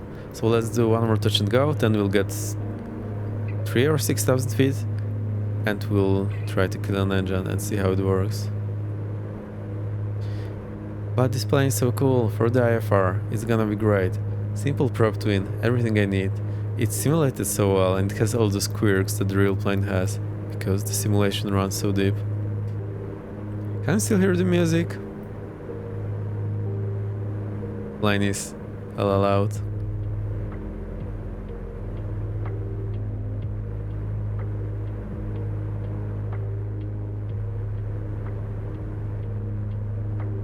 Oh, this guy not looking where he's going.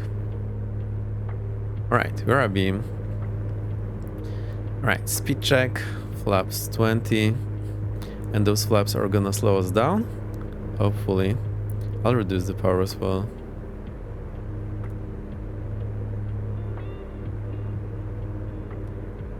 Fuel bust on. Landing lights on. There's no carburetor here or anything. Still hear the music. Cool, cool. Just I'm not sure how it's coming on top of the engine noises and everything. 157 was the speed for landing gear, so I need to reduce power still. Speed check, gear down.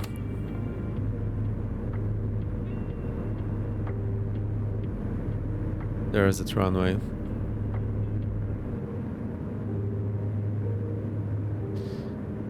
Prop forward, mixture forward.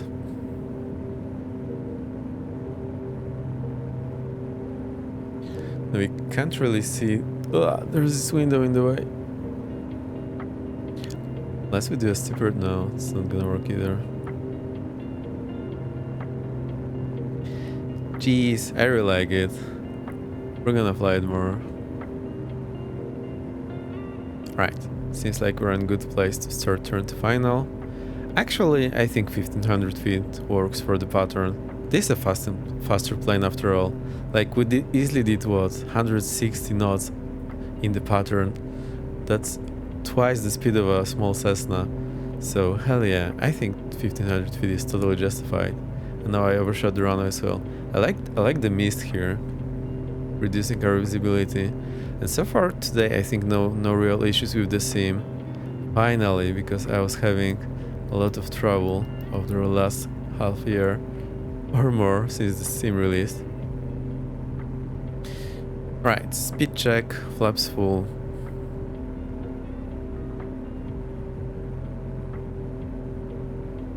Kanda, do you remember what there's GAMS with 2S at the end, and I don't remember what the second S is for.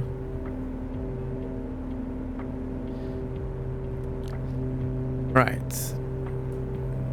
Final check. Gas. Wing tanks full, middle tank at 30, and we are on the main tanks. Undercarriage, gear down 3 green, mixture forward, props forward, switches, landing lights on, flaps full. Landing checklist completed. See, I'm getting better at this.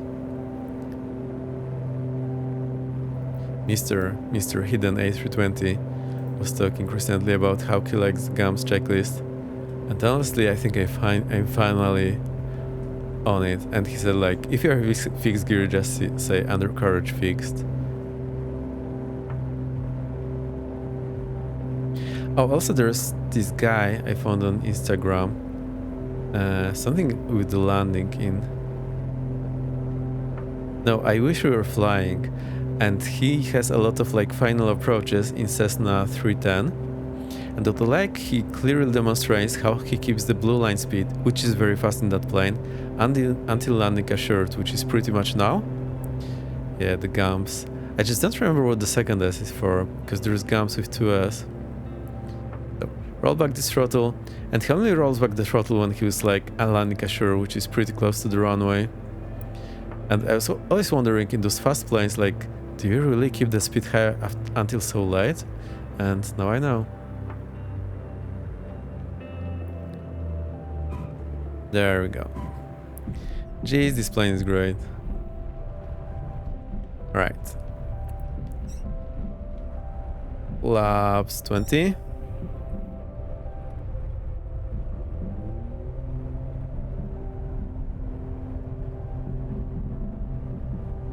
I need to bind the switches for this wheel control, and we'll try this realistic one at some point. It's gonna be fun. Lift off. Let's accelerate to 110. 105. Positive climb. Gear up. Seat belts and switches. Yeah, seat belts. Oh, I remember, because he said in Cessna you can unbuckle the arm seat belts, but the belly ones always stay on, but the arm one, you can unbuckle them. So that's why seat belt switches. Good catch. I never did that. I never ever did that, so that's why I'm so confused. Right, we're well past 200, so 25. And I like how my head is jumping like we're going over a speed bump. Laps up. Oh, I forgot. No, I didn't forget the fuel busts.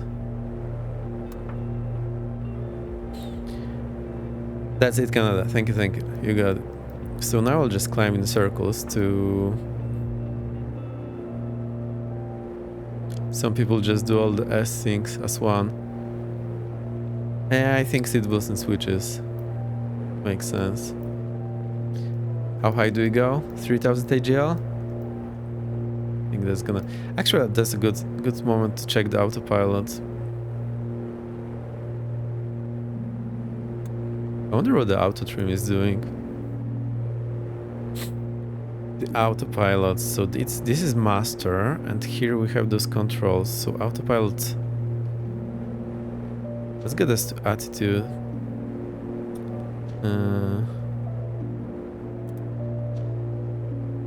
I'm not sure what it wants to do. Right, let's try it on. Oh, it's heading and attitude. So attitude for the climb. I wish I could deselect heading, but it's... I think it's not used. See, it's coming back. That's interesting. Let's get it to... Is there vertical speed mode? Go around glide slope, alt, attitude.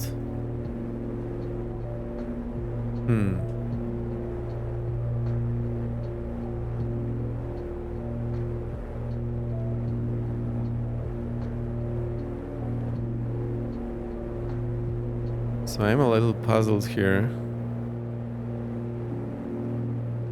Uh-oh.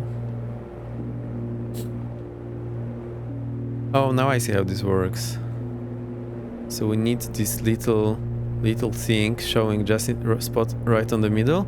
If it's off, it shows us that the thing is off, but it's not driving it. We have to manually do that. That's pretty cool.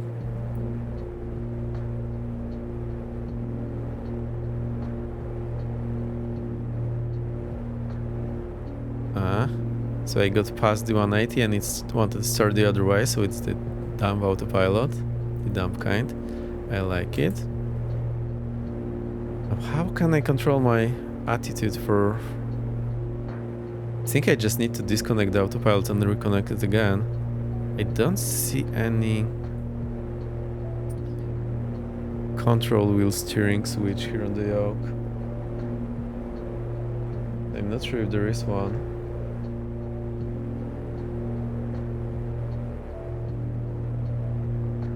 And that switch?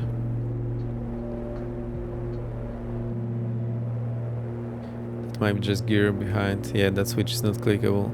down, up, left to adjust the attitude. This one says trim up, down. Unless here there... Oh! You're right, so this guy. Cool, thank you. You got it.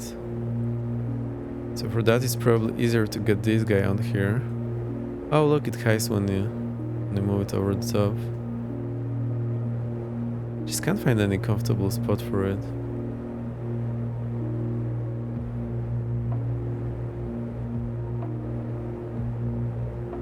There we go.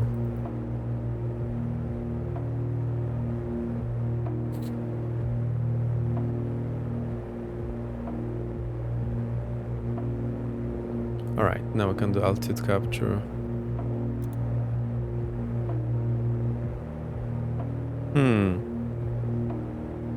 That's a little interesting, because I imagine docking there it can be tricky. Oh, there's our airport, perfect. So let's disconnect the autopilot and see what we can do. So I'll just kill the engine and we'll see what happens. Which one would be critical here? I think the left one. Oh, we have the add, so I'll wait until the add is over.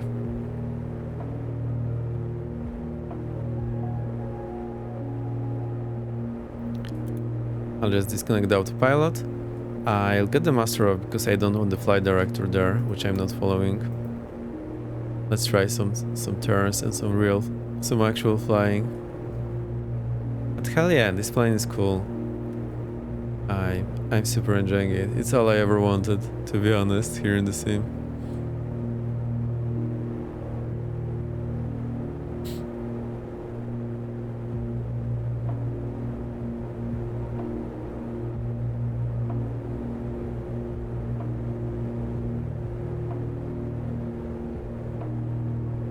Maybe I'll zoom it one click.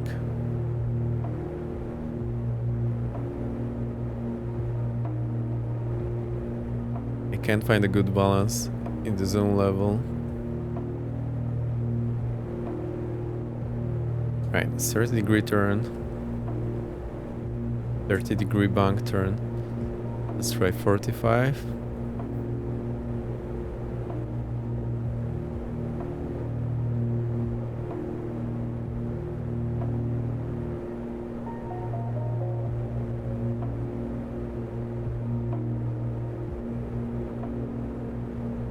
That is over. We're trying the steep turns,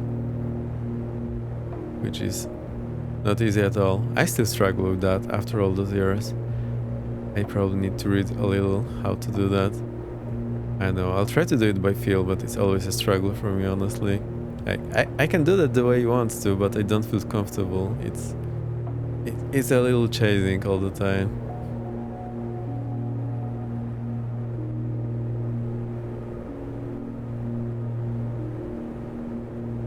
Now the 60-degree one. Yeah, and that's where the things get crazy. Getting my vertical speed level is a little difficult.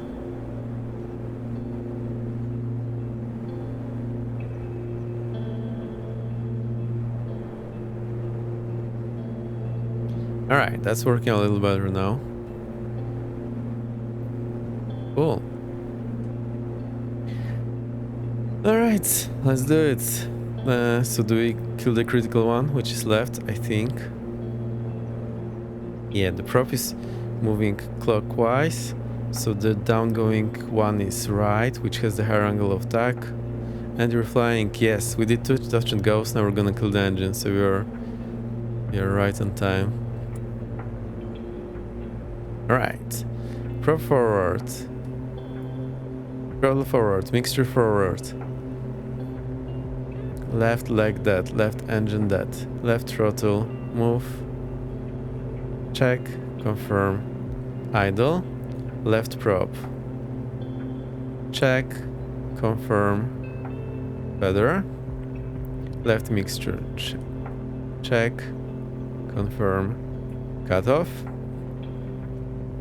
left alternator off, left fuel tank off. That's pretty much it. Kev, I was saying earlier, you see we have the exact same checklist we had yesterday, and this because those simple prop twins, that's just what you do. Those checklists don't change too much between the planes, so I can use the checklist I was having 2 days ago on my Tecnam, and I can use the same checklist here for most of the flying. Now, reduce power on the live engine. So 25 is okay, we just need to reduce the prop. And let's see, do we... How is the climb? This for rudder trim would be nice. Yeah, we do have rudder trim. See, there is rudder trim over there.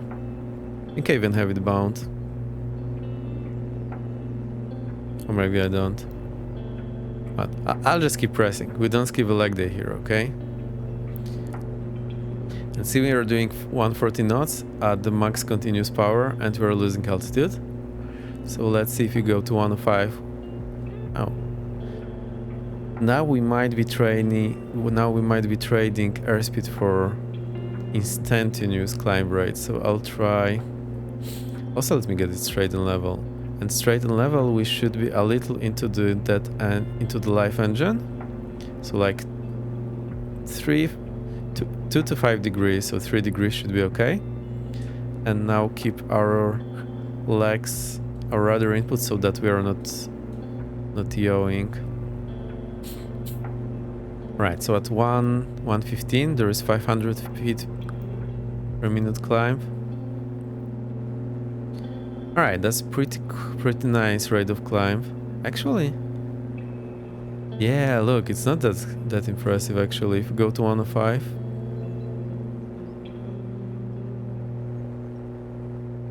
it's not climbing. I think I need to lean the mixture as well. I think that's why the CHT is coming up there. I totally forgot about the leaning all day today.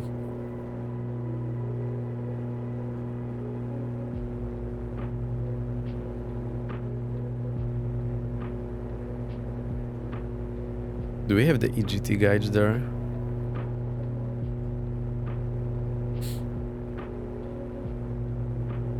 Or do we want the EGT?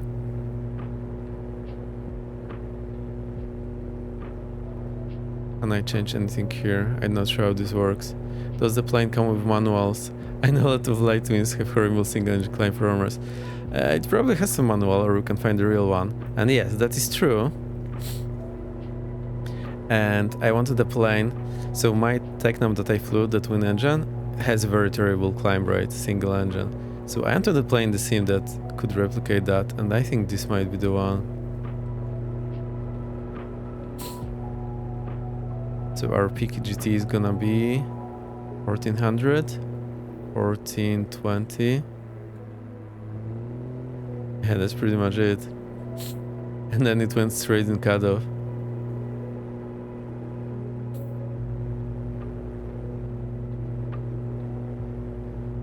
I'm not sure how to use this guy just yet. Let's keep it this way. Alright, so I see we can't do... Yeah, we barely have some climb. Maybe I'm not doing it right with the rudder and bank. Oh, the prop is feathered. I didn't check that. CHT cylinder head temperature. Yes. It's telling you how hot the cylinder is getting, so it can cause damage. Absolutely. Yay, we have it. The prop is not spinning. Oh, now we're EGT minus 90. So we can lean it just a little to minus 50 and we're good.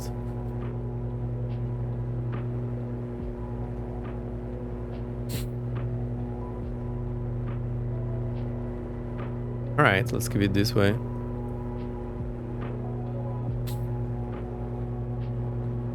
So yeah, we have like 200 feet per minute climb. Maybe I can get it better if I know the right speed. Just need... Oh, or maybe we don't. But we climbed a little. I think we were at 6,000.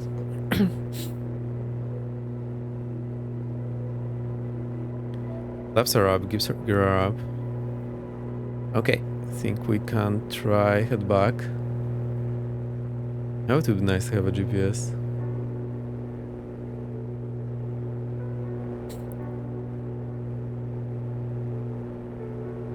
Right, we're not gonna need all the altitude, so let's let's start going down. I like it. I wish the Twin Tecna was simulated that well. Oh, there's the airfield. Airport. Maybe it's airport. I really like this habit of setting up the big yellow needle, the LBS, to the runway heading because it really improves my situational awareness.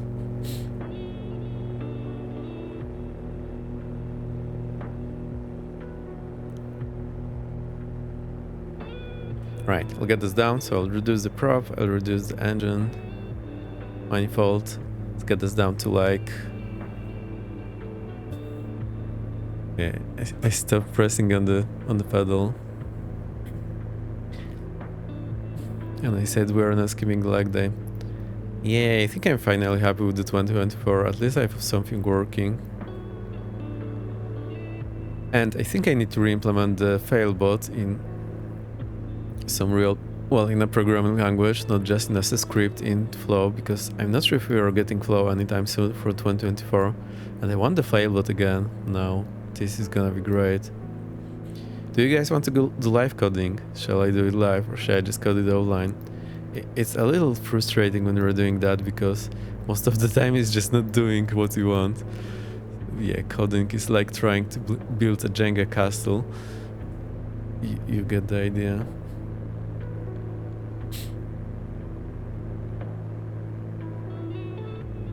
I'm aiming for that right runway again.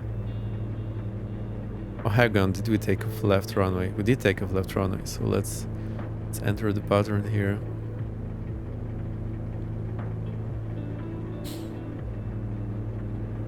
I have liked me streaming again. It's pretty cool. I like the decision today to start the stream when I didn't have everything set up yet and take the 10 minutes of the intro to set up my green screen and the lights.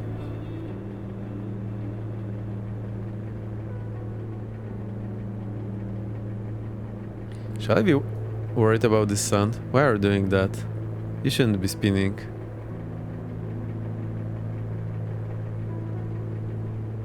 Or maybe it's because of the speed it's spinning. Maybe when it's feathered, it's not like ideally feathered. Maybe there is still some force getting on the prop that gets it to spin at certain airspeed. I'll get prop forward, mixture forward. They might spin a small amount even when feathered. Oh really? Even on piston engine? Because there's massive... But yeah, I understand that some airspeed there will be enough force to make it spinning.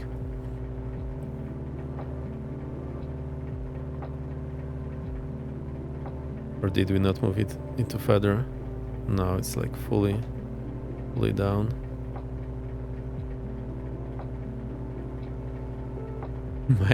My levers are falling apart.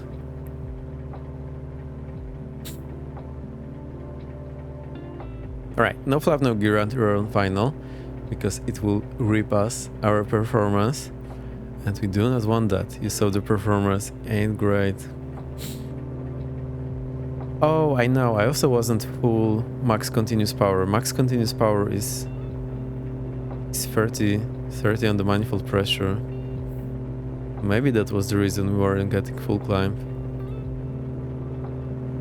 But because it's not a turbo, you can't get the full manifold pressure in the altitude. Right. I need to slow it down, so oh, there's a runway, so I need to start turning final. Speeds are okay, so I think we can keep like 110, 120. I need to look up what's the blue line speed for this aircraft. I like my track AR, it makes flying seem much better. You saw me 2 days ago panning with the mouse, that was terrible. Alright, so let's see what happens. I'll get the rudder in again, I'll get the flaps to 20. And I think we realistically don't need more than 20 single engine. I found a manual, I can try and send it to you in Discord later. Whoa, thank you. I just didn't bother to look for a manual before today, so that's on me.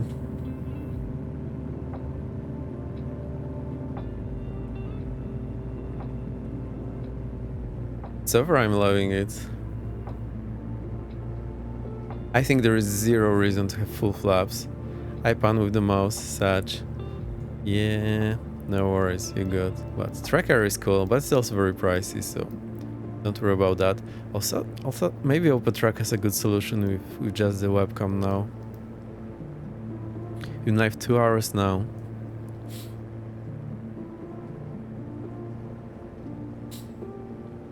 Oh, I got below the blue line speed. Presumed blue line speed.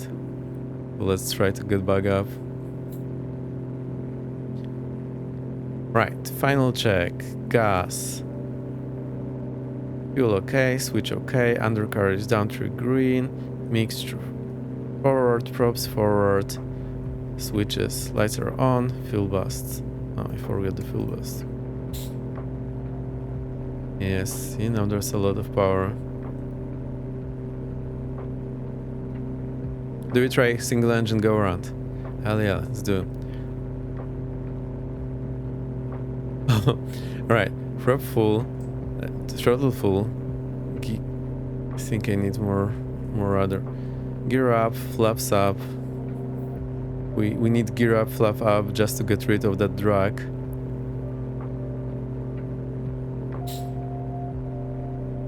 Now what? Yeah, we have this little climb. Whoa, 200 feet per minute. Amazing. Never been so happy to have so little climb. Alright, seems like 105 or maybe even 110. 105, 110 is the best climb. I think 110 is it, that is. Yeah, because I was looking at VX. We should have been looking at VY or maybe VX.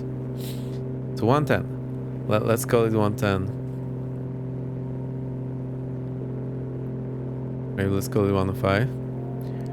Alright, there is a very nice quarry over here.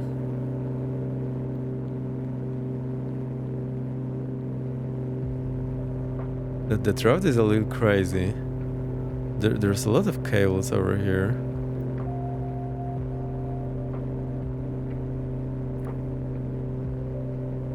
Maybe I need more rudder. Hang on. Where should the ball be? The ball should be hanging a little into the live engine. So that's where we want to be. Well, it's not amazing climb performance, but it's still a climb performance. We are 500 feet, so we can start our crosswind turn. LOL, I need Nitro to send the manual. I'll send you the link. Nope, that's fine, the link is cool. I think it's just too big, right? Thank you, Canada, for looking that up for me. That will save me some time. Oh, look at this climb rate now. So maybe 100 is the way to go. Or maybe we just hit to thermal. Yeah, too big. No worries.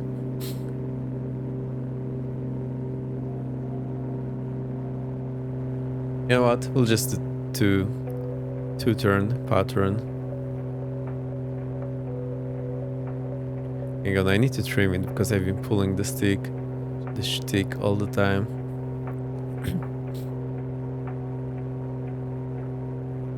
Alright, I love it. This is what I always wanted. The light twin prop that's simple and hella difficult to fly single engine. And the single engine performance honestly seems to be spot on. Also, I don't want to kill that engine. So let's reduce to max continuous power. I'm just getting the RPM needle just on the top of that yellow arc. That's max continuous power for us. I think we're hitting thermals and downdrafts, so that's why the climb rate is not consistent. On top of me not piloting it very precise all the time. Right, that's 1000 feet for us, so we can level off here. I think I'm gonna keep it max continuous power so we can gain any speed we can. I love it. It's the one I found. It seems to be a scan of an original. Perfect. Alright, so far this plane's amazing. Haven't really found any problem, except for it not letting me unclick the heading mode. That's one thing I don't like. I'm pretty sure we should be able to unclick the heading mode and use control wheel steering, but I don't know.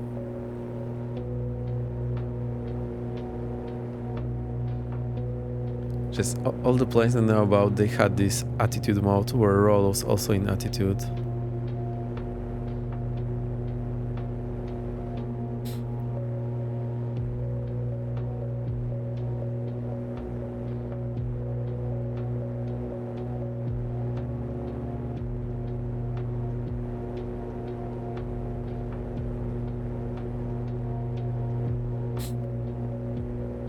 I can actually reduce the power a little. Just a little. That's so cool. I love it. Right, let's freaking go. We're gonna kill the other engine next time. It's gonna be more difficult to turn into the live engine.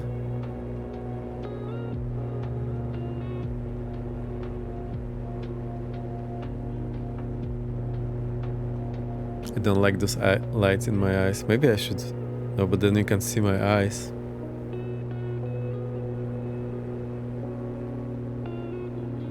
There we go, we're shooting that runway.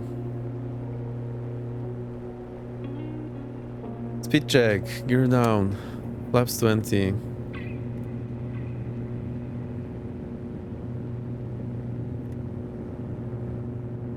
Yeah, I think we're right. At some airspeed, the prop simply starts spinning. And landing lights are on. I never got them off.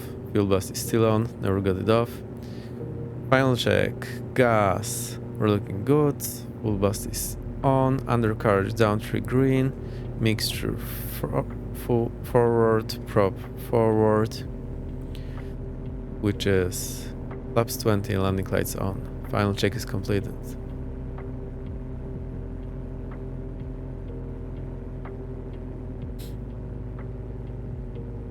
Oh, the weird sound is just the rain outside my apartment. It's been raining for many hours today. Not happy about it. And I need to go pick up the package. Concept different attitudes too during steep descents. Maybe there hits the prop, just right angle. Yeah. It's just, I remember I was turning this probe manually because we need to do that in Tecnam for our pre-flight. And man, it's hard to turn. It's a proper workout. Oh, that's the first single engine landing. There we go. Also, I like the sound when we were kissing the ground. Step on the brakes. Now, this one, according to what I saw on the other streams, I'll lock the parking brake. This plane doesn't has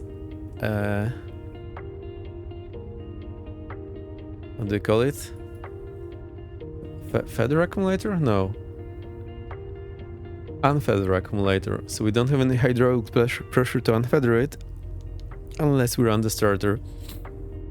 Sorry for bumping you all around. So what we need to do now, I'll get the fuel bust off on the other one. Get the fuel bust in here so we can prime it. So I'm not sure if we need to prime it. Is it still warm? No, it seems to be super cold. Let's try to start it.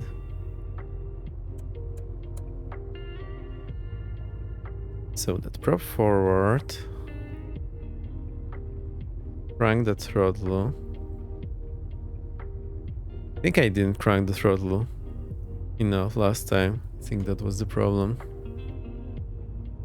Wonder, can I?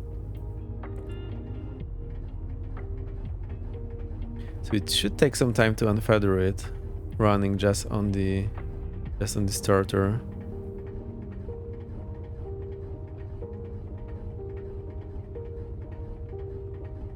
It would be a little easier to do in the air.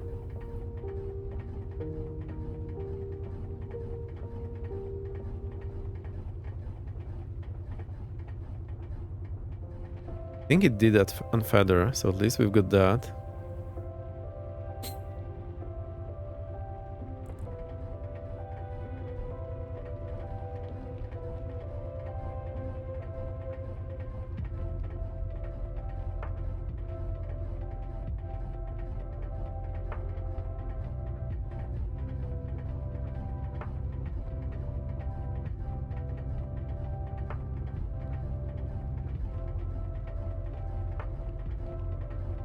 It's making some weird noises. No, it's just the music.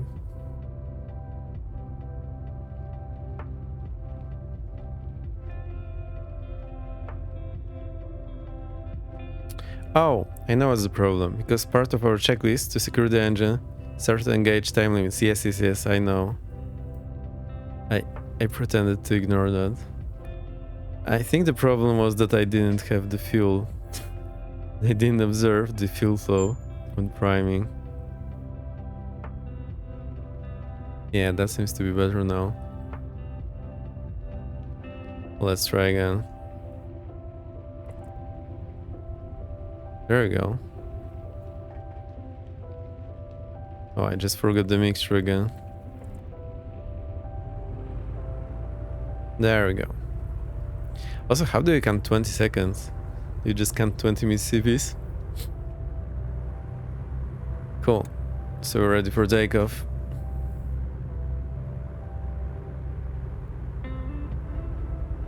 Parking brake release.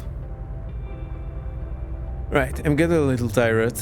It's been 2 hours and a half, so I think we can make it till 3 and go raid someone. It's gonna be fine.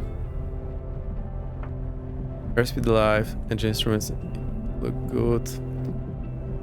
Red line, we can rotate, now accelerate to 105. Going to climb, positive climb, gear up. Alright, the plane is great. Some people use the timer. Left of their speed indicator, I see. 200 feet. Reduce power. 25, 24, 26, 24. 500 feet. Do we get it now?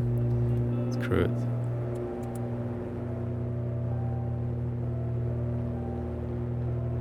Prop forward. Throttle forward. Flaps up. Gear is up. Right leg dead. Right engine dead. Keep that airspeed. Right throttle. Check. Confirm.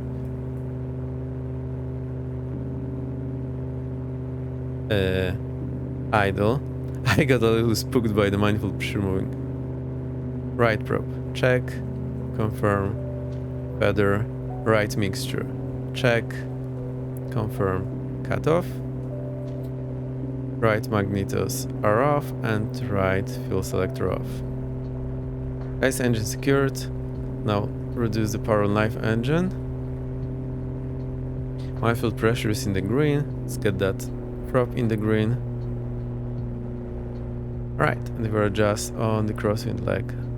I was doing that in a shallow turn, that wasn't good. I should have done it straight on level. And it seems to be much easier to fly. And we have a better climb rate, I think, on the non-critical engine dead. So surprisingly, there is a difference here. That simulated pretty well as well.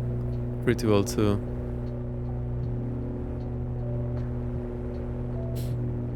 I think.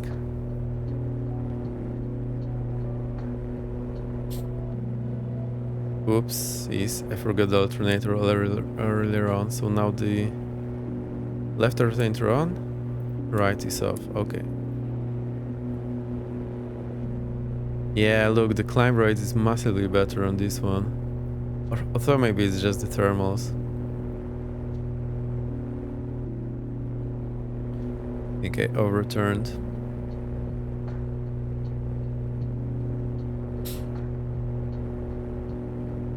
Right, we are well above pattern altitude, so let's climb to 1500 feet AAL.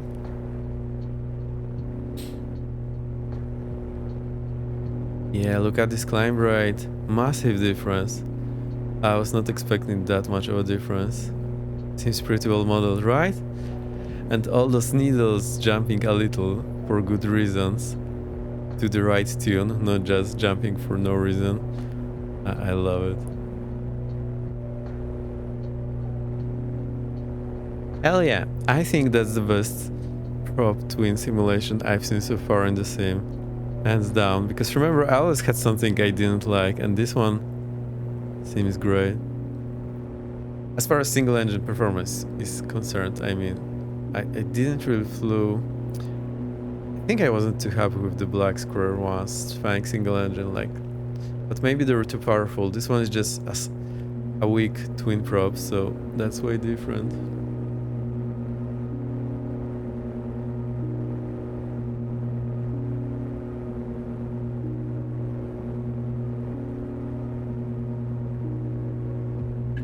I need a drink.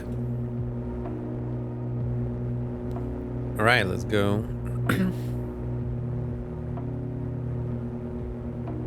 Prop forward, mixture forward. I always forget to lean the mixture, and in those planes you need to lean it even on the pattern, I think. Did you also get the turbine version?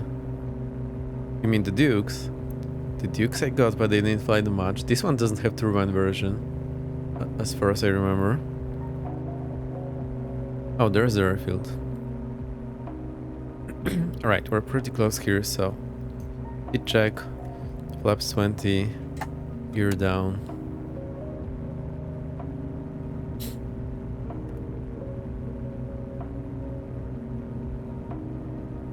Tack. Landing lights are still on, and fuel boost should have been on all the time.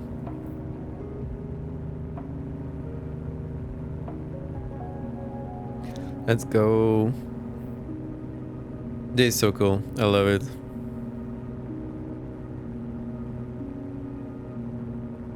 Yacht. Let's keep that 105. So we'll need quite a lot of power to keep that speed. And the low level single engine got around. That was a success. Let's do one more on the left, on the right, on the left engine running.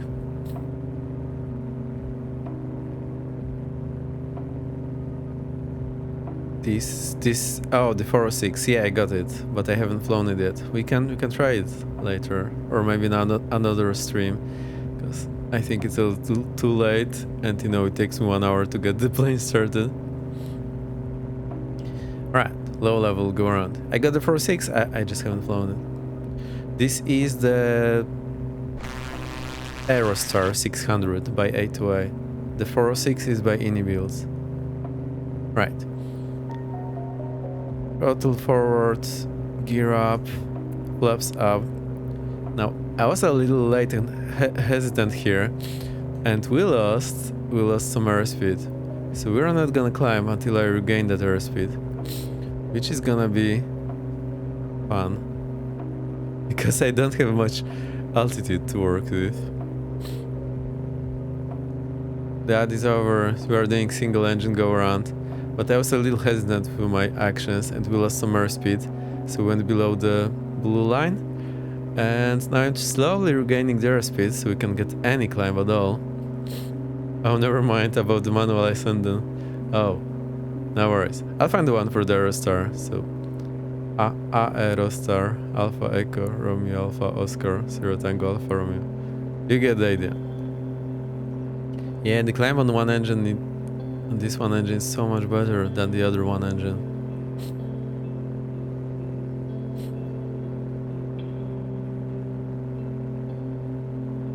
And for the Black Screw ones, I'm simply not sure, maybe they're that powerful and they have great climb rate.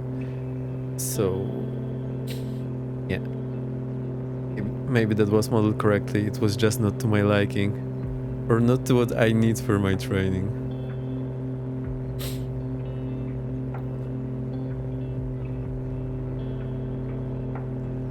That's 500 feet AAL, so we can start turning. 500 feet is 150 meters, so that's Not high at all. Also, I can definitely feel it's a little more difficult to turn into the live engine now.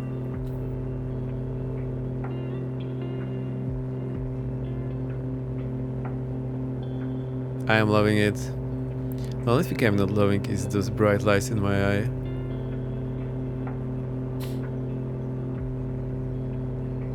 Right, we are safe.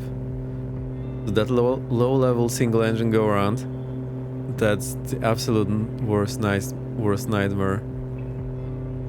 It's as bad as it can get, to be honest.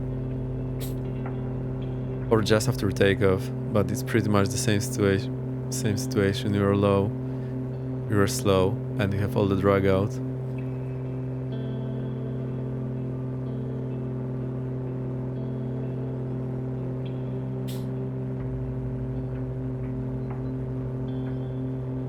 Time wise, 2 hours 36. I am getting real tired, but we have barely used autopilot. It's just hand flying. I only spent 1 hour on the ground, so it's only 1 hour flying. I see. Also, probably this plane, when you lose an engine, you can't use autopilot anymore. So yeah, good luck. Everything is working against you. You are slowly getting to 1000 feet AAL. I'm super picky. Whenever someone says pattern altitude is 1000 feet AGL above ground level, I'm like, no, it's above aerodrome level.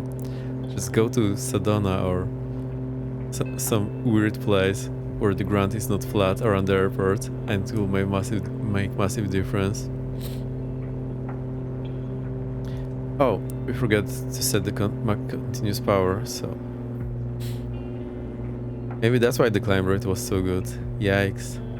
That's very bad. Very bad.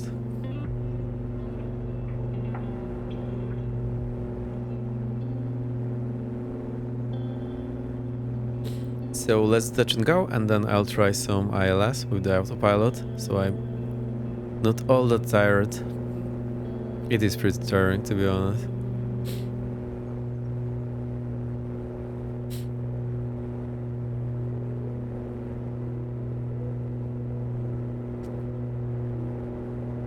I see a lot of AGL means above ground level, AAL Alpha Alpha Lima means above aerodrome level.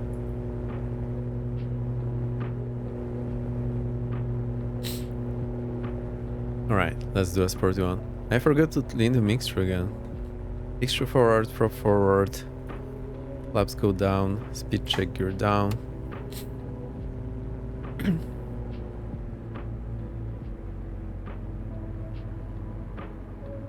So let's see if I'm idle. If I'm idle, I probably need the right rudder now to compensate for the drag of the windmilling prop. What your speed?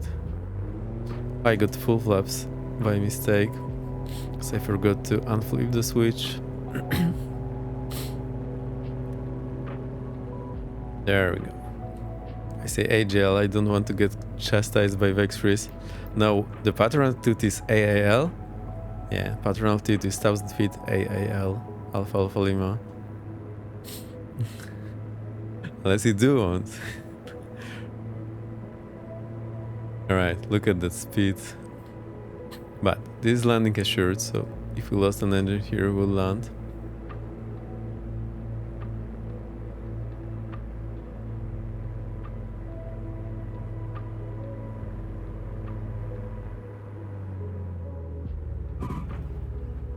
There we go. It's nice to land also. I really like it. Alright. 7 those brakes. Get the parking brake on.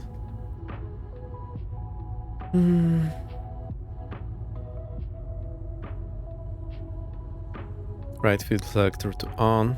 The fuel bus I forgot to turn off. Not great. Prop goes forward. Crack that throttle. Definitely rather Pablos to be that good at single engine. Yes! Yes, absolutely.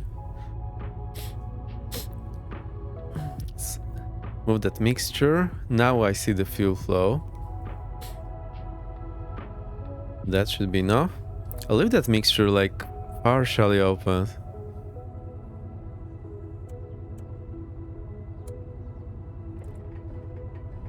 And I think we see the point when it unfeathers the probe, because starter builds up the oil pressure. There we go.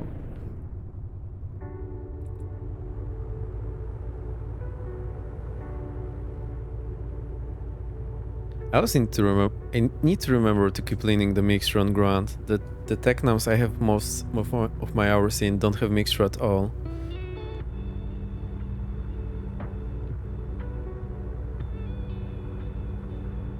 I'll also crack my neck.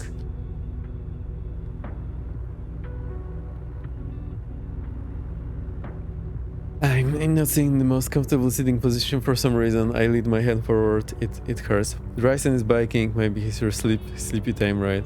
Maybe. He stands still up. Yeah, we can read Ryzen. Let's give him some more.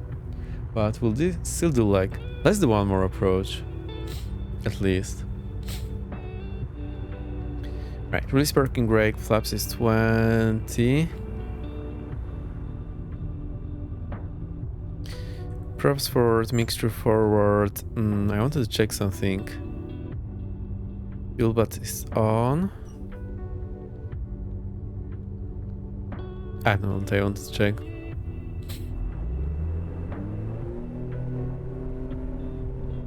Full power. Engine instruments. Takeoff power set. Engine instruments in the green.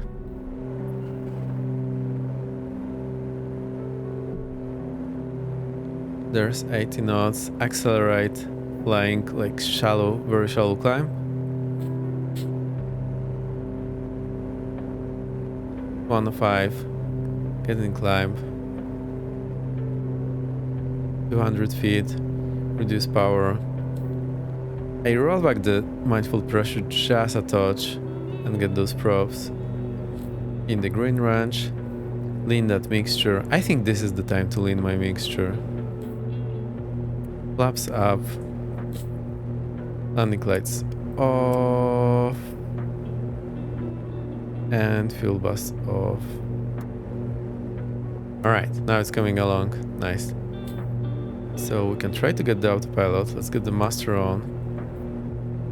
Now it's, I think, synchronized. Yeah, I think it synchronized the pitch. And autopilot on. Okay, let's get it down a little.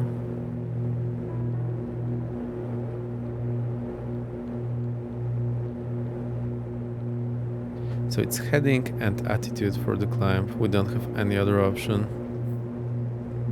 We are 1000 feet AL, so I can... let's give us this heading.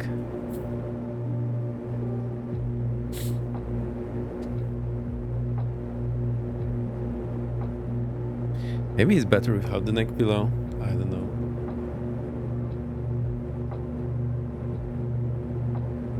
Come out, pilot. Go down.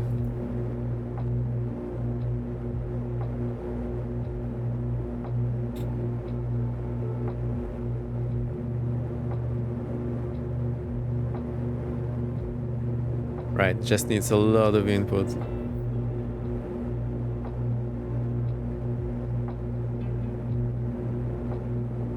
Why do we still have red warning? I don't know, the CHT. Maybe the power is just a little too high. Plus, I can lean it, but it's only gonna make the temperature higher, I think.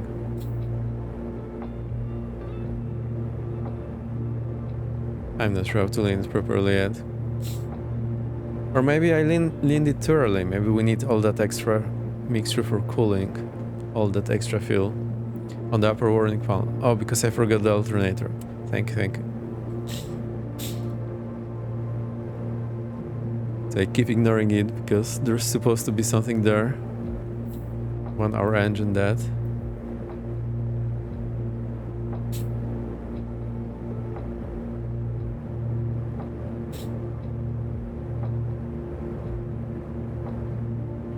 Right, I think we can now turn downwind. I'm setting up for the ILS. And I forgot to level off. So let's see. What's the elevation again? 550. Plus 3000. That's gonna be 3,500. Let's try to lean it. I'm not sure how to operate those buttons.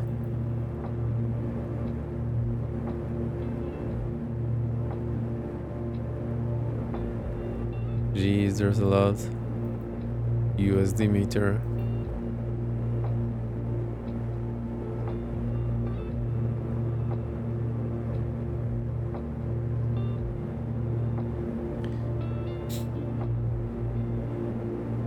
$1,300 on the AGT. 1350. 1410 on the right. 1420. 1450. 1460. 1470. That's a peak there.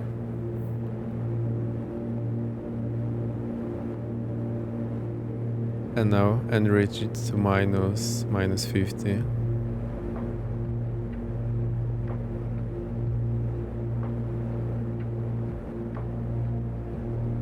Alright, there we go, ish. It takes a bit of a lag. It has a bit of a lag.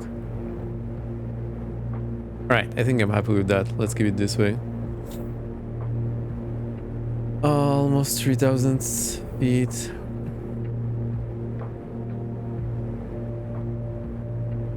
I think I can have more power. So I'm not sure why we are getting the cylinder head temperature in the red. Definitely not cool. Oh, I need to keep adding manifold pressure, because every 1,000 feet we lose 1 inch of manifold pressure.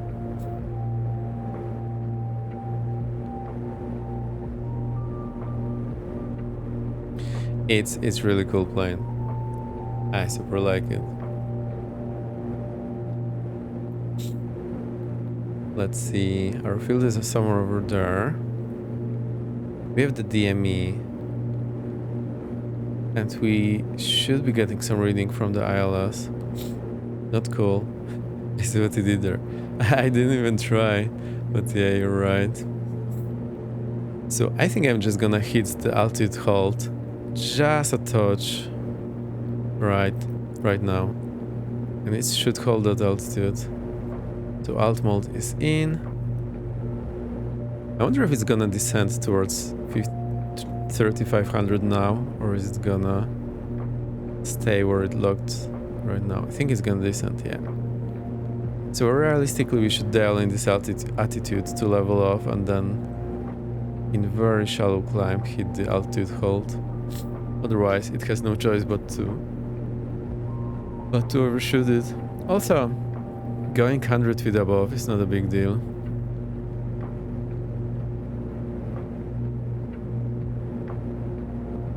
It's so cool. I love it. For some reason we seem to have the ILS pre-dialed in. I can double check on the charts.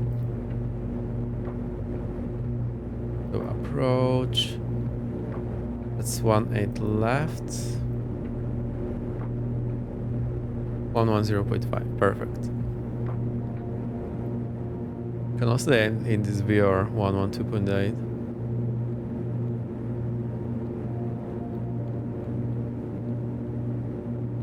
We can have it enough to.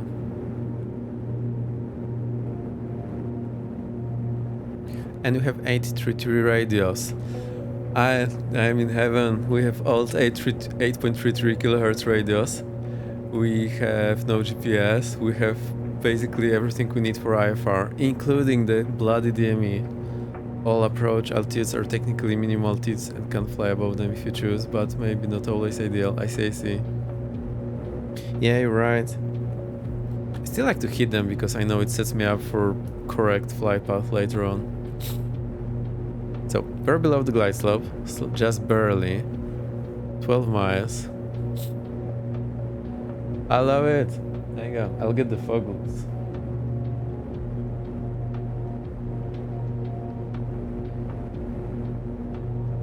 My normal glasses are just from comfort. My one eye is way over the norm, the other is slightly below the norm, and it just feels a little weird. The foggles come in. We'll do it live. Right, now the problem is I still can't see this quarter here. Alright, when I look at that, I don't see. I'll also not see the chat. It's also good to hit them because that is what others are expecting in the beach airspace. Yeah, you're absolutely right. Right, I'll just reset the view. I need... Oh, I know what I'll do. I'll get this guy.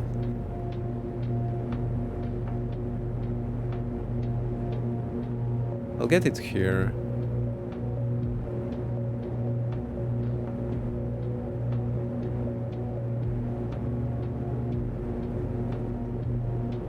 Perfect. So I'm the foggles. When I'm looking at chat, I'll be doing like that. Get out the duct tape. Oh well. Hang on. I also need the tablet here, just to cover the view. So I'll get the tablet here so I don't see this part of the screen. Yeah, that's gonna work. So I can look at the chat and not see what's outside. And geez, I'm seeing the airspeed indicator just with my right eye because the foggles are in the way. All right, it's feeling scary already. So let's see, our speed is okay. We were kind of slow, to be honest. So I'll get us to 90 degree. I didn't brief the approach or anything. So let's say there is an instructor on the other seat and we are VFR and we are just doing this for practice. Blah blah blah. I didn't read the approach chart. So let's say 200 feet minima, that's gonna be 750.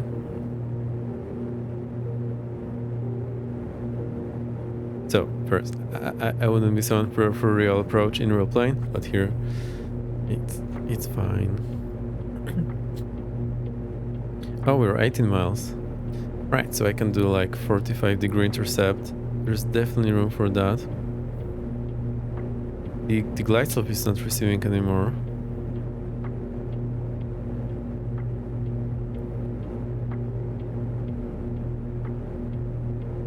Oh, I can look there and see with delay. I like how one of those old sims used to let you remove the outside view window. Oh, cool. But I want you guys to see, I just don't want me to see. Plus, if I'm flying whenever I'm doing my training again, I'll be in the foggles too. So, you know, I need to practice this. I'll just keep my hand in this part, so I'm not too bothered about that.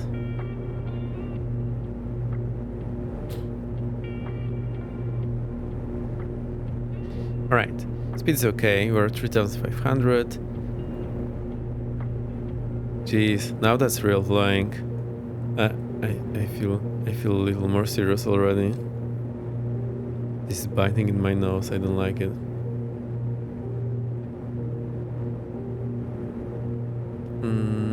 I should be able to see. Oh, that's the VR is totally not co-located with the airport, so that's not giving me any real information.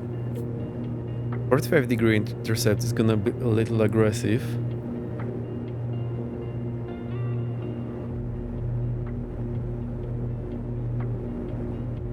This is not a speed demon, and I'm still not sure that our CHT is over the limit. Oh, no. There we go. Just look the other way for a minute, and we are smashing that localizer already. So I'll overshoot it the other way so that we can get back on it. The glide slope is alive.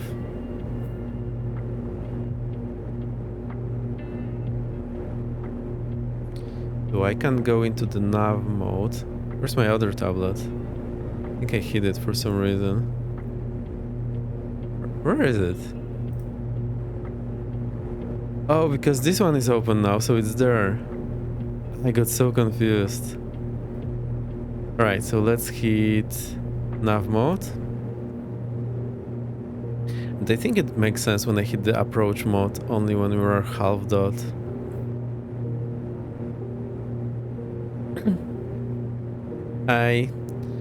I'll do this one with autopilot, and then maybe next one I can do hand flying. I think the CHT might be oversensitive. Maybe, or maybe I'm doing something wrong. That's totally possible. Maybe if I read the manual. Right. 13.5 mile. Glide slope alive. This is so cool. I just need some little window to cover that corner there, and it's gonna be great.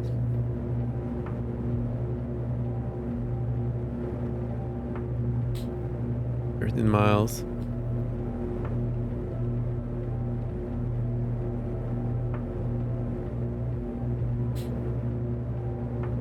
Alright, I'll hit that glide slope mode, no, approach mode, and glide slope. So now I think the glide slope is armed, but we're still in altitude. And the approach is active.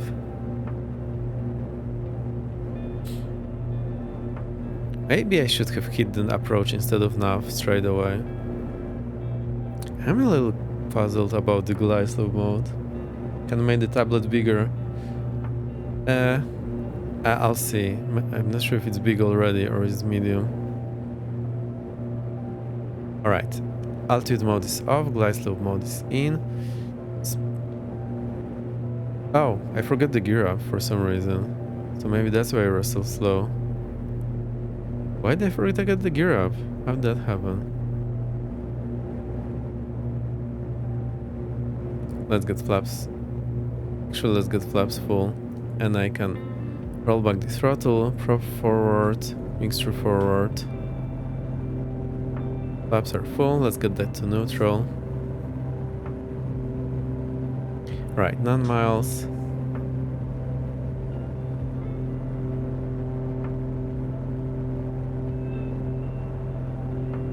Tablet is behind your head at the moment. Yeah, that's fine, but I only needed to cover my view, not your view. So the thing is, I saw the corner of the ground there, and I'm also heading my hand out to cover... I was seeing a bit of ground. So that's what it is. Right. Speed is okay. I like the speed. Let's keep it. Yeah, good times are back. We have the foggles. We have everything. We just don't have the instruments. I'm gonna get the uke out for you to play. I'll try to figure out how to connect all my stuff. Right, 750 is our minima. Our presumed minima, because I didn't brief anything. Actually, I can glimpse there. The minima is 692. That's interesting. 692, okay. So 700. Oh, understood. Yeah, now we know. So let's see, we're doing 110 knots. We're 500 feet down, feet per minute down. 7 miles. Realistic flying this on autopilot, I would extend the flap and gear a little later, but I'm getting ready for flying this, next time. Which means I want to do it like when I will do it then. Time-wise, we're hitting 3 hours now. And the other time, I have half an hour to go until 10 p.m. I think I'll need another shower. I got a little sweaty doing all this flying. 2,000 feet. So I need to remember every 1,000 feet we need to reduce manifold pressure by 1 inch.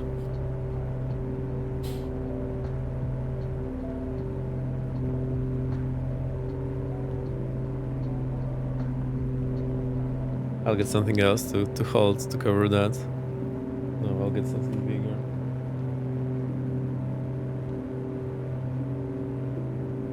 I'll get my flight computer. I can hold it and cover that bit I don't want to see. Oh, let's get our landing lights and fuel bust.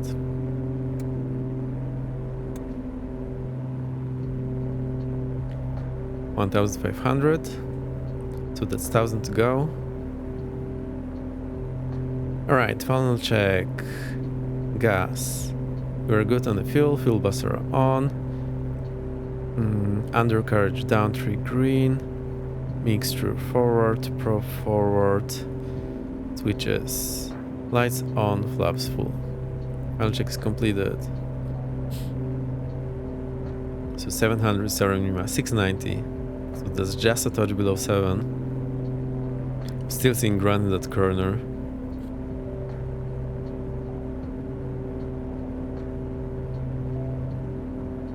No, I'm not.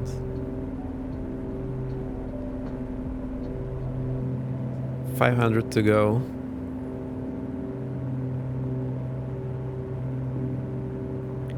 $400 to go.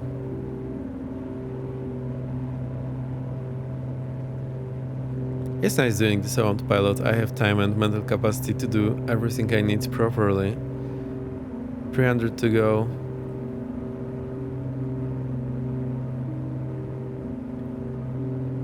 $200 to go. 100. Stand by. 100 to go.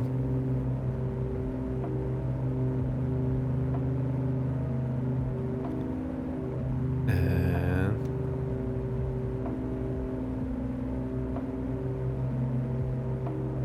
almost there. Almost there. Minimum. Runway is there. Oh, that's close.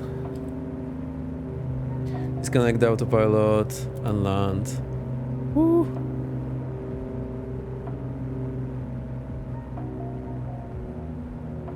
So when you pop out this low, it looks so weird. The runway is so big.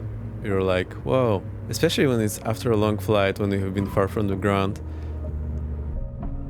for a long time and now it's so close. It feels really weird.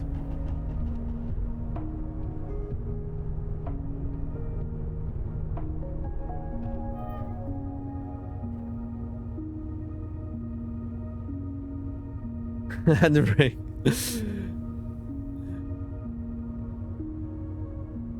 No worries, I'll clip it for you. You can just view it. I hope 30 seconds is gonna do the justice.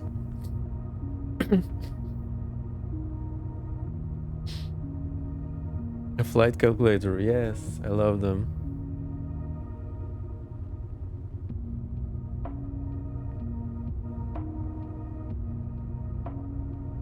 Let's see if the clip got everything we needed. I'm pretty sure it did.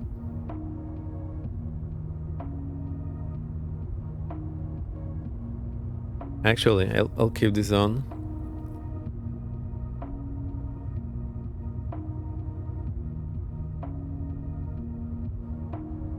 I can't believe the timing.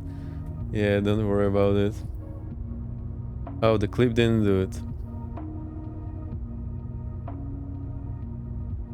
Hang on, I can fix it for you. It's like I knew something important was about to happen. This guy. Don't worry about it. You know what? Let me just show it for you. It's fine if it's without the voice.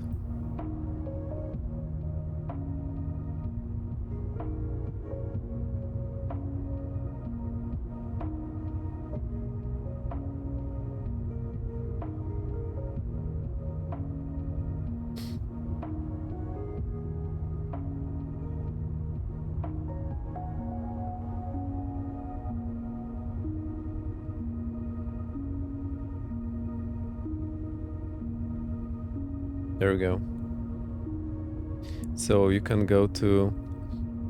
Wasn't Twitch supposed to have a go back feature now during the stream? I don't know, maybe. You can always go, because I have the VODs available right now, so you can always click my name in a new tab. As long as you're on PC. Oh, I can stream with myself. Unbelievable. Cannot call in to join your own stream. Okay, so you can click my name, go to videos, and if you scroll down, you'll see that there's current VOD that's still running.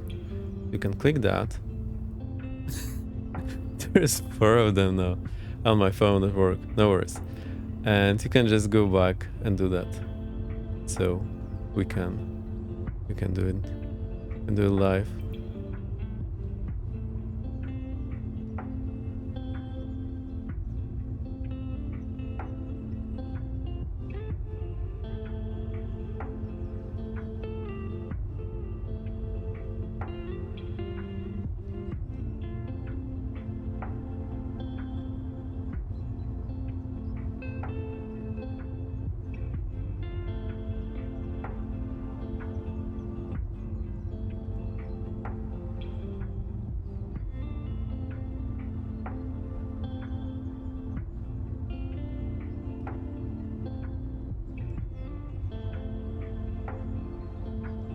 This guy is absolutely right.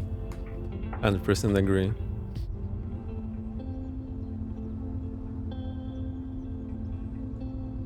There you go. So you can always do that now. We have the new technology. Hell yeah. So proud of myself that I finally... Oh, you guys didn't hear that. It was only me hearing that. I hope you're okay. Okay, so I need to even one more browser to do that. Cool, cool. I remember next time. Sorry about the no voice here. Next time, I'll give you the voice. I'll just get my usual browser. So, one more approach. Can we make this bigger? That was the question now. More apps, settings. Oh. I think you cannot move it like out of the screen.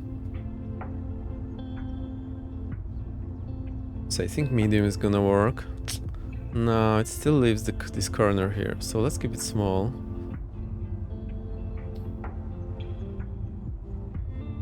Let's see if we can get some other widget.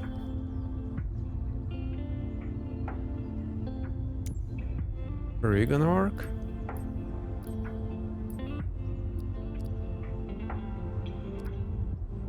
Oh, I cannot make you smaller.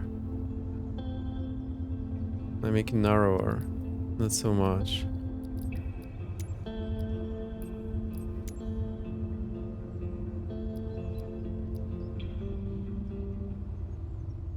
Maybe the camera widget. Yeah. Camera widget for the win. Hell yeah. I don't know. It's not ideal. I think that's an overkill. You know what? I'll just be holding this. I think that's good enough. Or I can put a sticky note next time on my screen.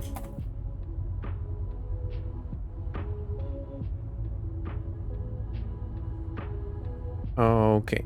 So we need to go back here, get that autopilot off. I don't like the flight director when I'm not needing it. Can you use your Navigraph window?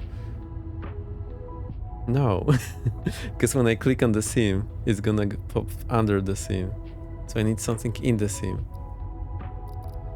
The Navigraph is now integrated with that.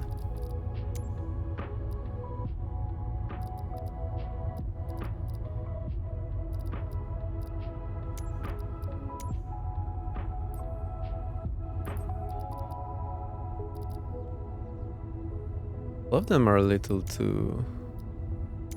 Oh, if this is gonna do... No, I can't make this any smaller either. You know what, it's not a big deal. Maybe I'll need to write my custom widget.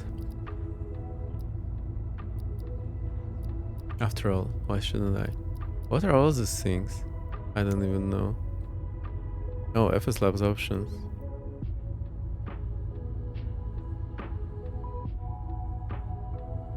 Nah. It's too much in the way. Never mind. We're fine. We're fine. He's currently doing a great job of looking the scene for us. Oh! Sorry.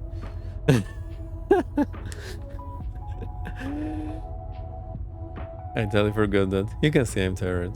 The uses are increasing, which is where we are gonna the most difficult thing now. Because, hell yeah, why wouldn't we?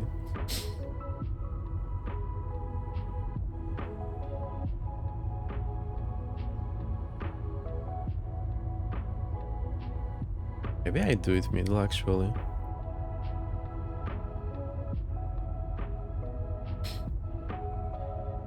Yeah, that's better. It just leaves less corner here.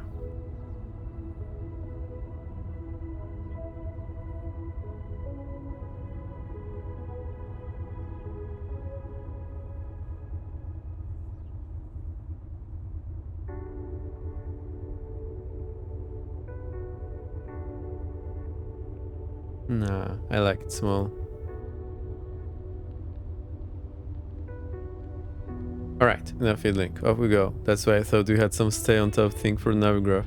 Oh no, it's just on another screen.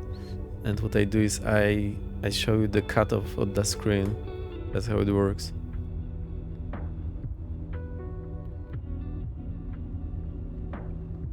Right, we need flaps 20. Landing lights are on. Buster on. Good situation. We have barely used the fuselage tank. The alternators are blinking because we didn't have enough RPM. Obvious magic, yes. Right, let's go.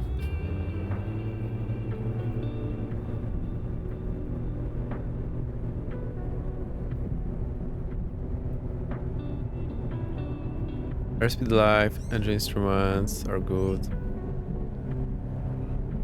I forgot to retrim after landing and now it's pitching up because that's the trim I had.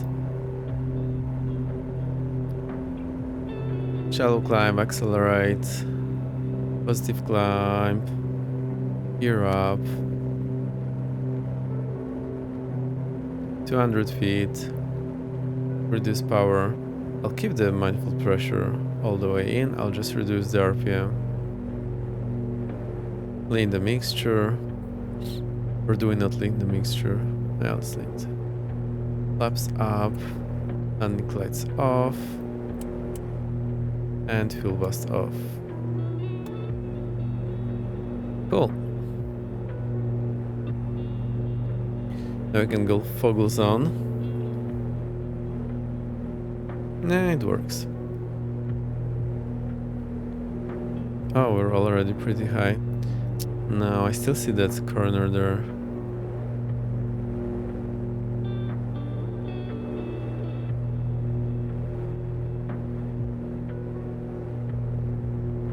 I think next time I'll just get the giant sticky note from me and put it there.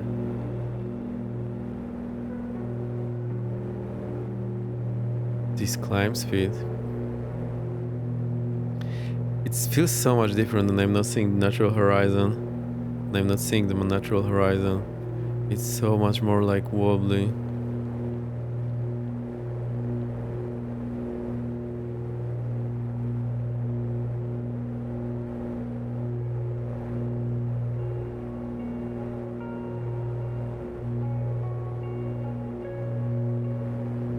Actually, I know what we can do. We can track the ILS outbound and make a procedure turn. That's gonna be very cool.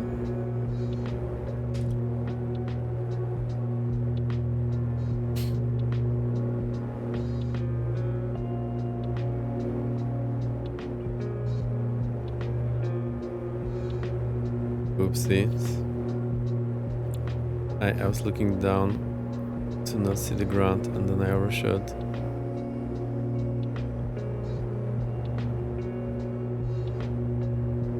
Right, we can reduce the power, so let's go 25, 22.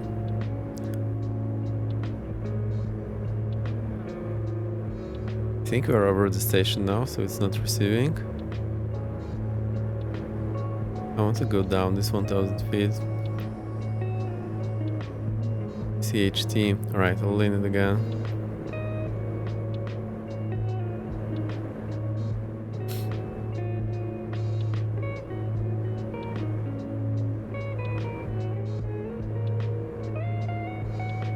Oh, this altitude. Tactical descent.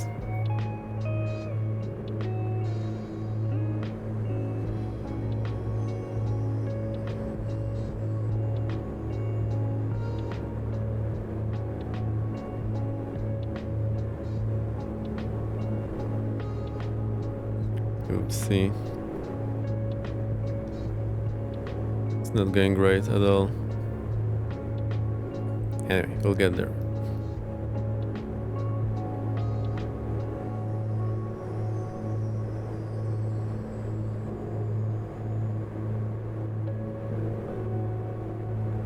Need to trim it down a lot.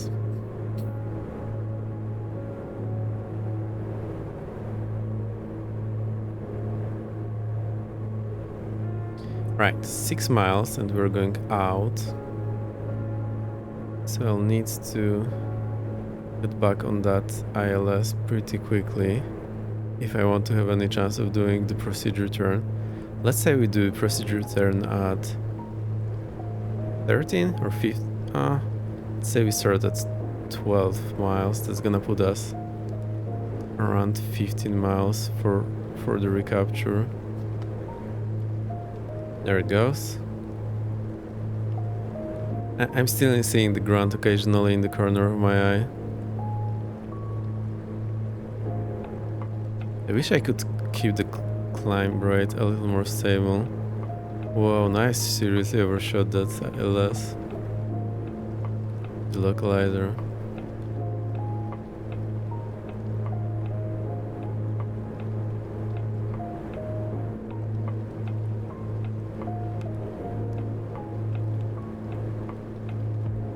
Flying so fast.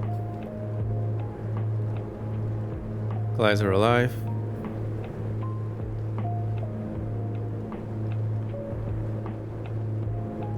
Also, the grain spirit range is massive here, so this plane must be really sturdy and tough.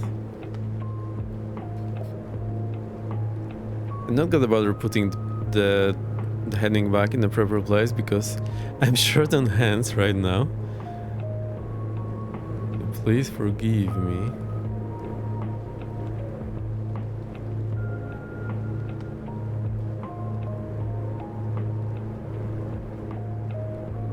Alright, that's looking better. We're at 12 miles.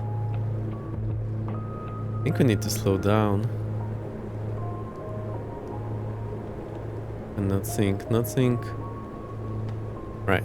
Let's do a procedure turn to the right, so 45. Of course I didn't get the time already, so I'll need to Mississippi it.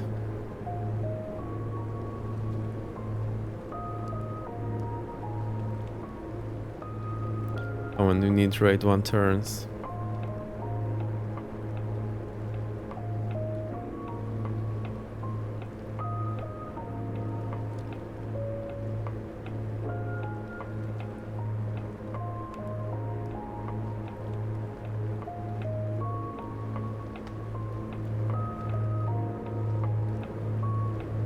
I wanna keep my speed around what I know.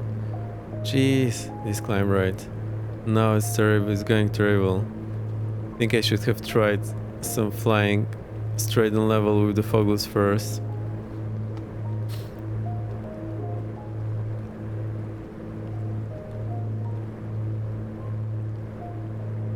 Alright, I think we're far enough to do that now.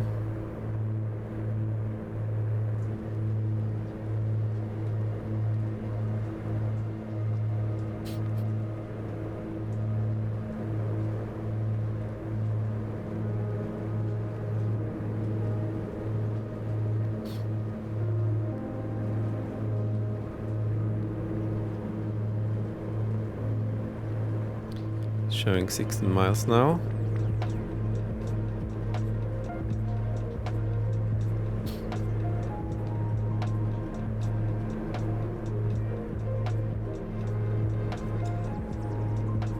Alright, I think it's finally under control. I got I got it back.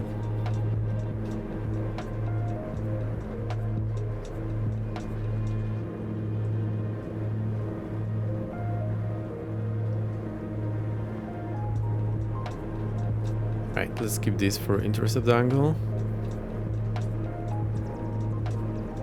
16 miles, so I'll have time to slow down until you intercept, I hope.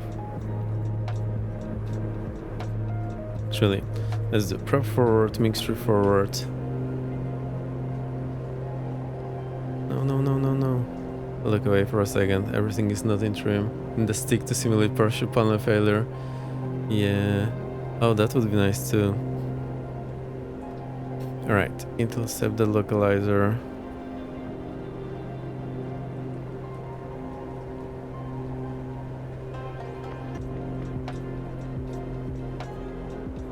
Jeez, I'm still seeing that corner of the ground, it really annoys me, but...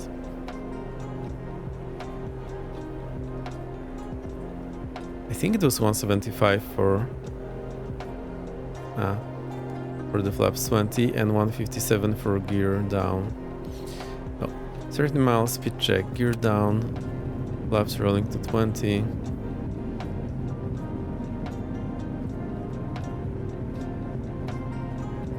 Oh, they're not rolling. And now we're problematic on the speed, get that power back. There's flaps 20. No.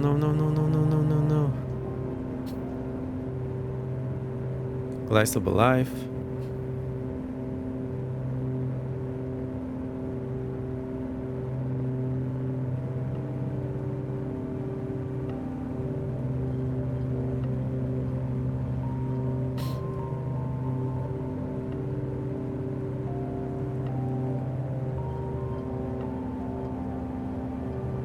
Alright, this is a little wonky, but I'll need more practice. So since I need this basic AFR practice first in a new plane, so I get the hang of flying straight at level, turns, climbs and whatnot. Right, almost there. So flaps running to full, reduce the power a little, and start the descent. We need 500 feet per minute descent.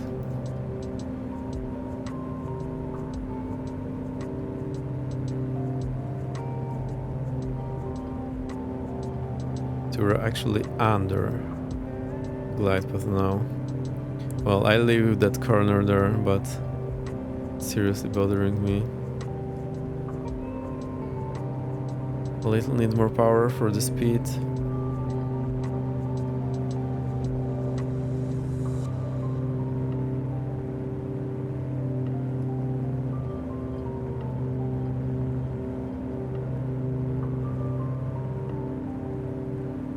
Alright, almost on the glide, on the localizer.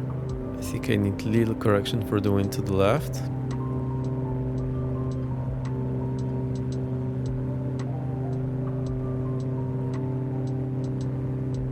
Speed is good.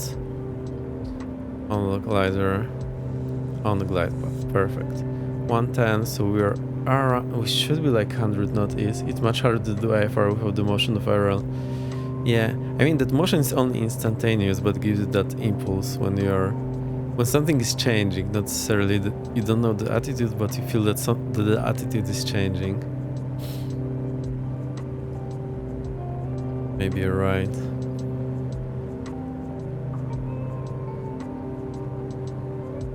Right, we need to collect a little to the right and a little down.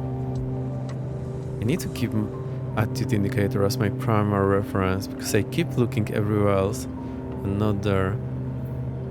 So I need to keep looking at attitude indicator and then only glimpse momentarily at the other ones. And I keep doing it the other way around. I keep staring at the other ones and only glimpse at the attitude indicator, which is not good. Now we've shot that, we're slightly high. 9-0. That was 2000 to go.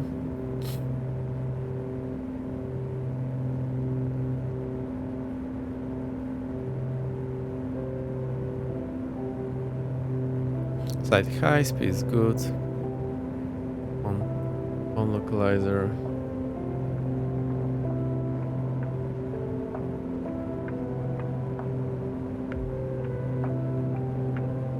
need to correct to the left. I'm not sure why that thing is popping up. I probably don't know how to fix it.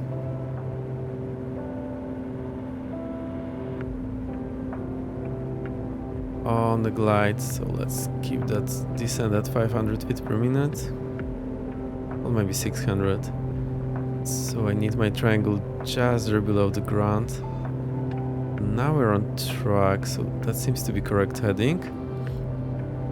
And we're 1000 to go in 100 feet.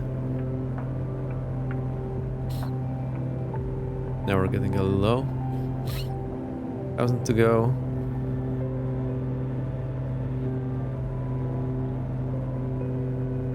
Right, it's much better when I'm looking where I'm supposed to be looking. Maybe that's how I should be doing it. Correcting a little left. Correcting a little up.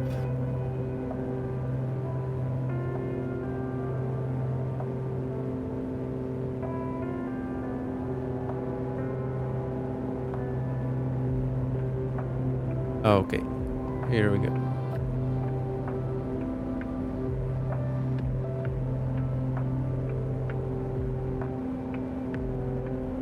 Right, we're back on glide, so let's keep that. I'll correct like 1 or 2 degrees to the left. Now we're getting a little high. And I kept steering not where I'm supposed to be again. This is where it gets super tricky and wonky because I start chasing the needles and it's not fun at all.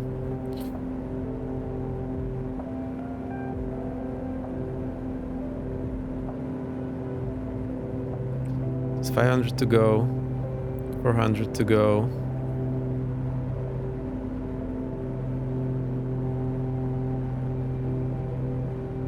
$300 to go.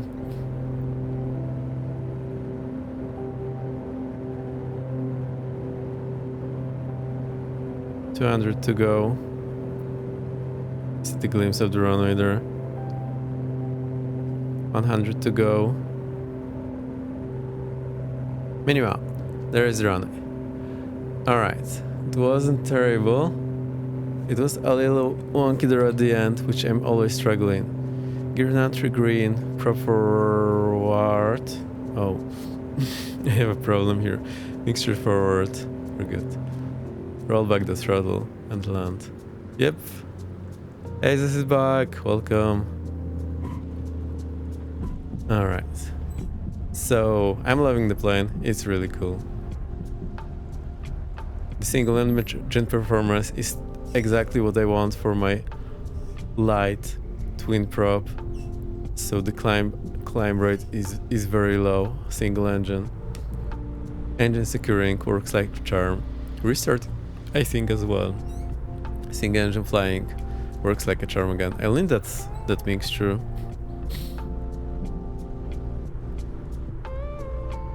Oh, that was exhausting. Oh, I forgot my landing lights and my fuel pump boost. I'm sorry, why are you messing with foggles and holding hands to block the view when you could just set the clouds to exact minimum? The reason is, when I'm doing the real training, I will need to fly with the foggles. And flying with the foggles is much less comfortable than flying in clouds. So why not get some practice at home when I can, for free-ish? That's number one. That's reason number one. Reason number two, you have the lulls for seeing where I'm going, and I don't. So I think it makes it more approachable and more entertaining for you. I think that's also important. But honestly, like, being in those foggles, like, flying in cloud is really way more comfortable than flying in the foggles. So seriously, I thought, let's just try it. Honestly, it works much better in the sim than I anticipated. Like, I get all the problems I get in the real plane. You see, chasing the needles, looking correct way so I'm not seeing where I'm going, because I need to keep the foggles the right way so I don't see where I'm going. So honestly, it's really fun, and I hope it's fun for you. So that's the reason. There is a third reason. In flight sim we cannot really set those clouds or exactly where we want them to be. like in X-Plane. In X-Plane you can have it like sharp. Also, I think with this weather something that I have, Active Sky. I think Active Sky does it so that you pop out of the clouds right where you want. Oh, and that was exhausting. Flaps up. Fuel busts are off. I think we'll go to East taxiway here and try to find a spot for us. Valid 2 times, lol. Yeah. And honestly, I have never seen anyone use Foggles in Sim on stream. I'm not sure if anyone did that. It was fun stream and I love that you practice real thing. Thank you. I like it too. And you know, I seriously regret not doing that when I was doing my training, and I was a little behind. I was feeling a little behind the plane for far more than I felt comfortable, simply because I didn't have the practice, and I had the gear and X-Plane to practice at home. I was just too bothered with everything going on, and I didn't practice it. So I think it's really beneficial. I want to give others some courage to do it themselves. No. So there's a spot for us here, so I'm just gonna... Yeah, this customer is pretty nice.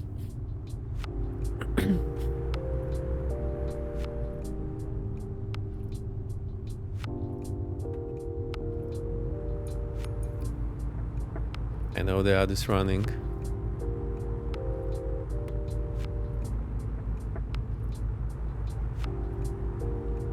There we go. It's up here, parking brake set. We can get this guy off.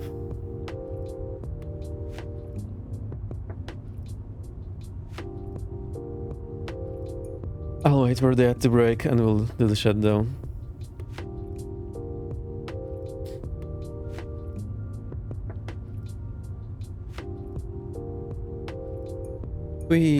That was tough, but I love the plane. It's really simulated well. It's super duper fun. Let's see what the other GPS options are. I think we never tried them.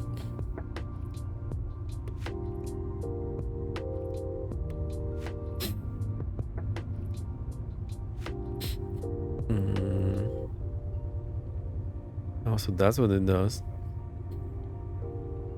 So it still keeps the COM2 separate. That's pretty cool. You're back. So we just parked. I'm just checking the other GPS option. This was pretty tough. I'm loving the plane. It hand flies super nice. It has all the exactly the instruments I need for my IFR training. It is a low power light twin, which has all the problems that come with it. So it's perfect for me for my training at the sim. I can follow more or less the exact same checklist I follow in my plane.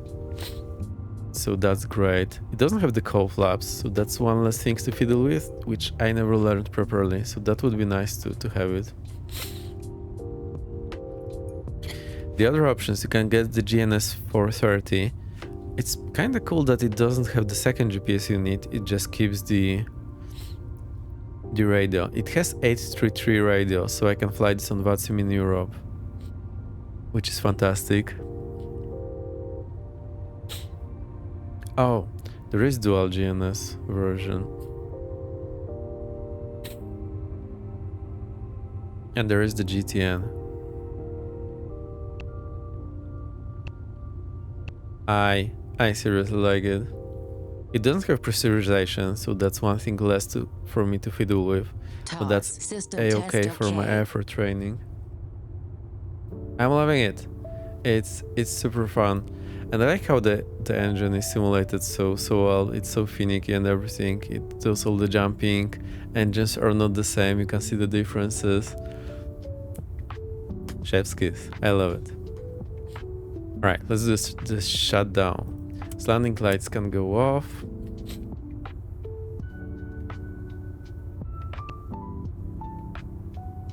This is so cool. And I can do my RNAV approaches here. I can do my classic approaches. I can do my single engine flying. I can do my engine securing, engine restarting. It's simply amazing, and it looks really well. Like the modeling is is spot on, seriously.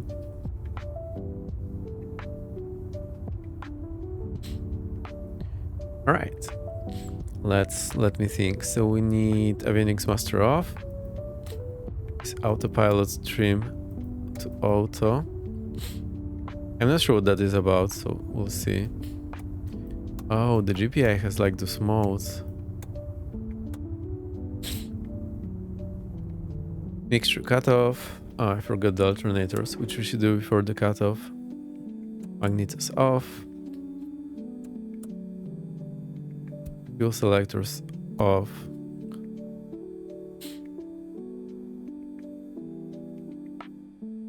It feels too simple. I feel like I missed something. Beacon off, nav light off, battery off.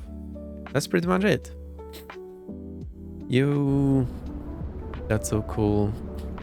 I wonder if my pad switches work correctly. I think they do.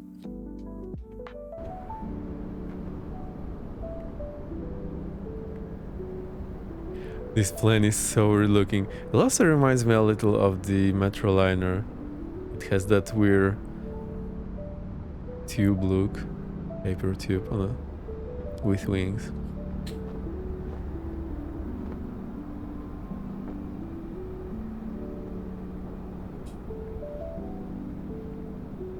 Uh-oh.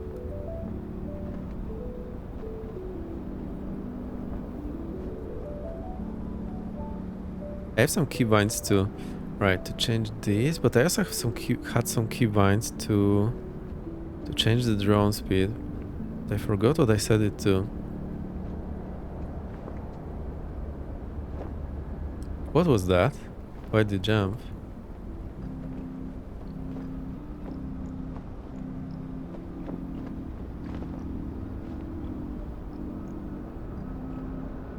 What did I do? Let's get out of this mode. Alright, the plane's amazing. I love it. Can recommend. And it's still early access, so there is a chance it's gonna get even better. Just can't find a good angle.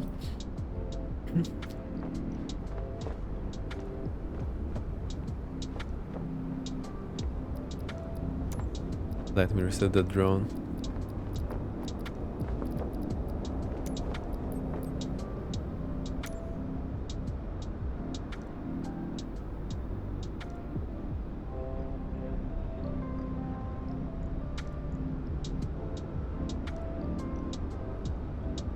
What's happening?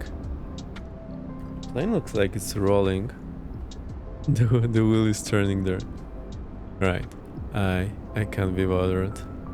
I'll just zoom in. Do you want the uke? I'll get the uke.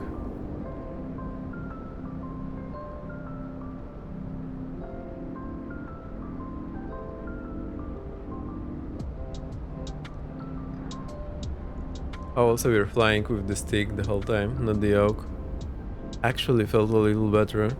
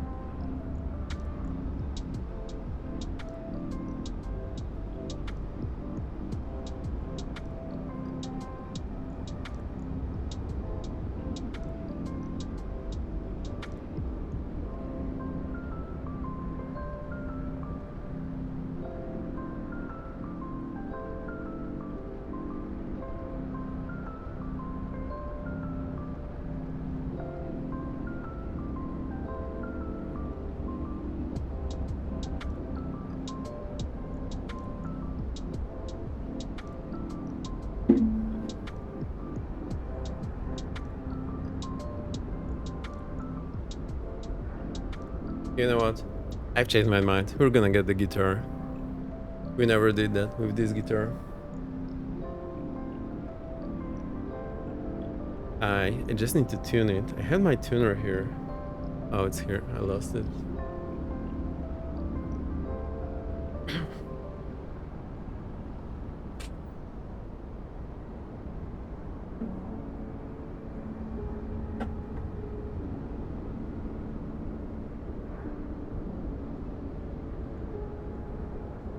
Music hype, let's go. Yes.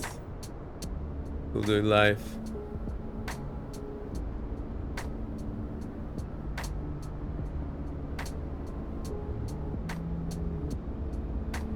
Now the boring part.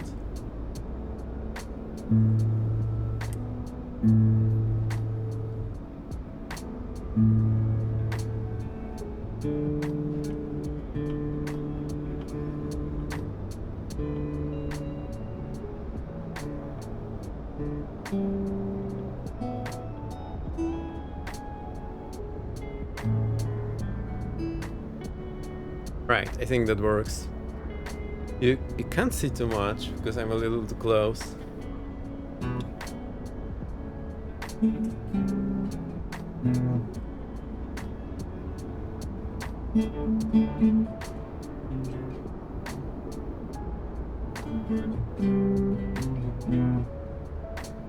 I probably played this way too fast, like 4 times too fast, so I'm not sure what the original tempo is. Also, I hope you can hear it.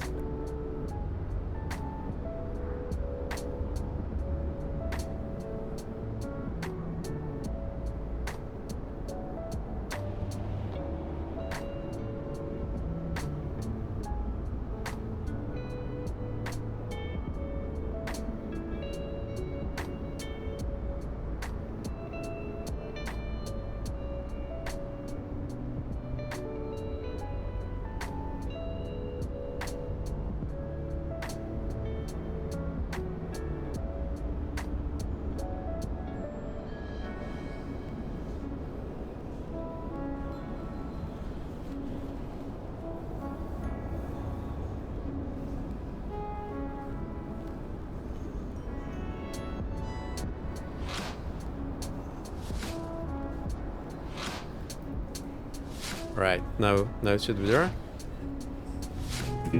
Ah, you can hear it. Cool. Sorry for doubting you.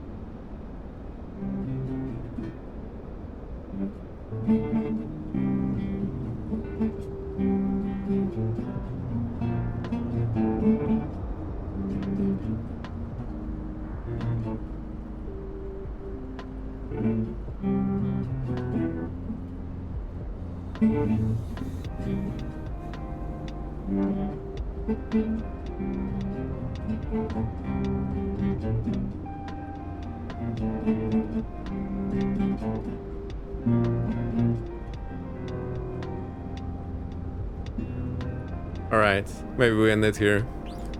I've never played this guitar on stream, and I haven't played this guitar for a while, so that's why it's a little off, but no fear. We learn by mistakes here, that's what I do. At least when streaming. In real playing, we don't do mistakes, that's how we roll.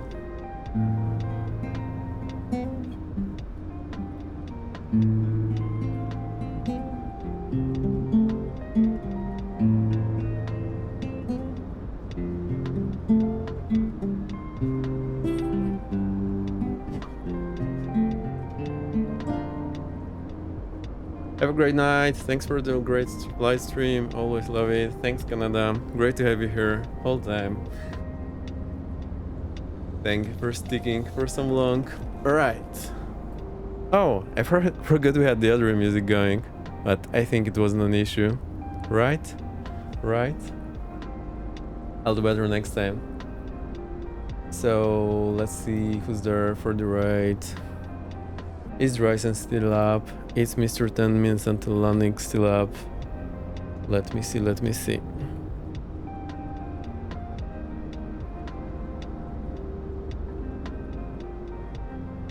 Y'all have a great night. The plane, I can totally recommend it. It's amazing. Right, Ryzen is there. I think he's just getting some connection issues. And Mr. 10 minutes is also there. Let's go for Ryzen. We'll probably go there from there with Ryzen to 10 minutes. So. Raise up. I have the raid messages for you. Let's do it. That was so cool. Flying today. I'm so happy. I want to fly this plane more now. Like, I seriously like it.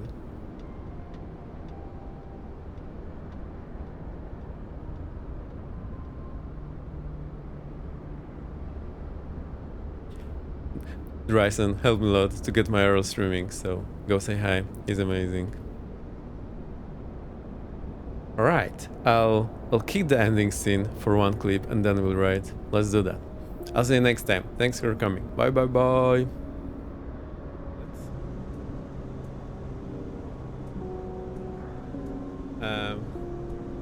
We have a problem. This clip.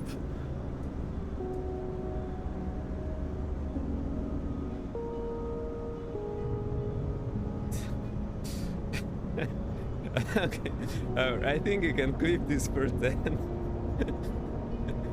Oh boy. That's another happy landing. That's the first one. And we have a huge crosswind. So I think we'll just touch down into this cross. Yeah, let's just look at the wind circle. It's crazy. It's full left rudder. There we go. Parado. Okay, we bounce like crazy here. Then birds are basically litters, really? I had no idea. Good to know.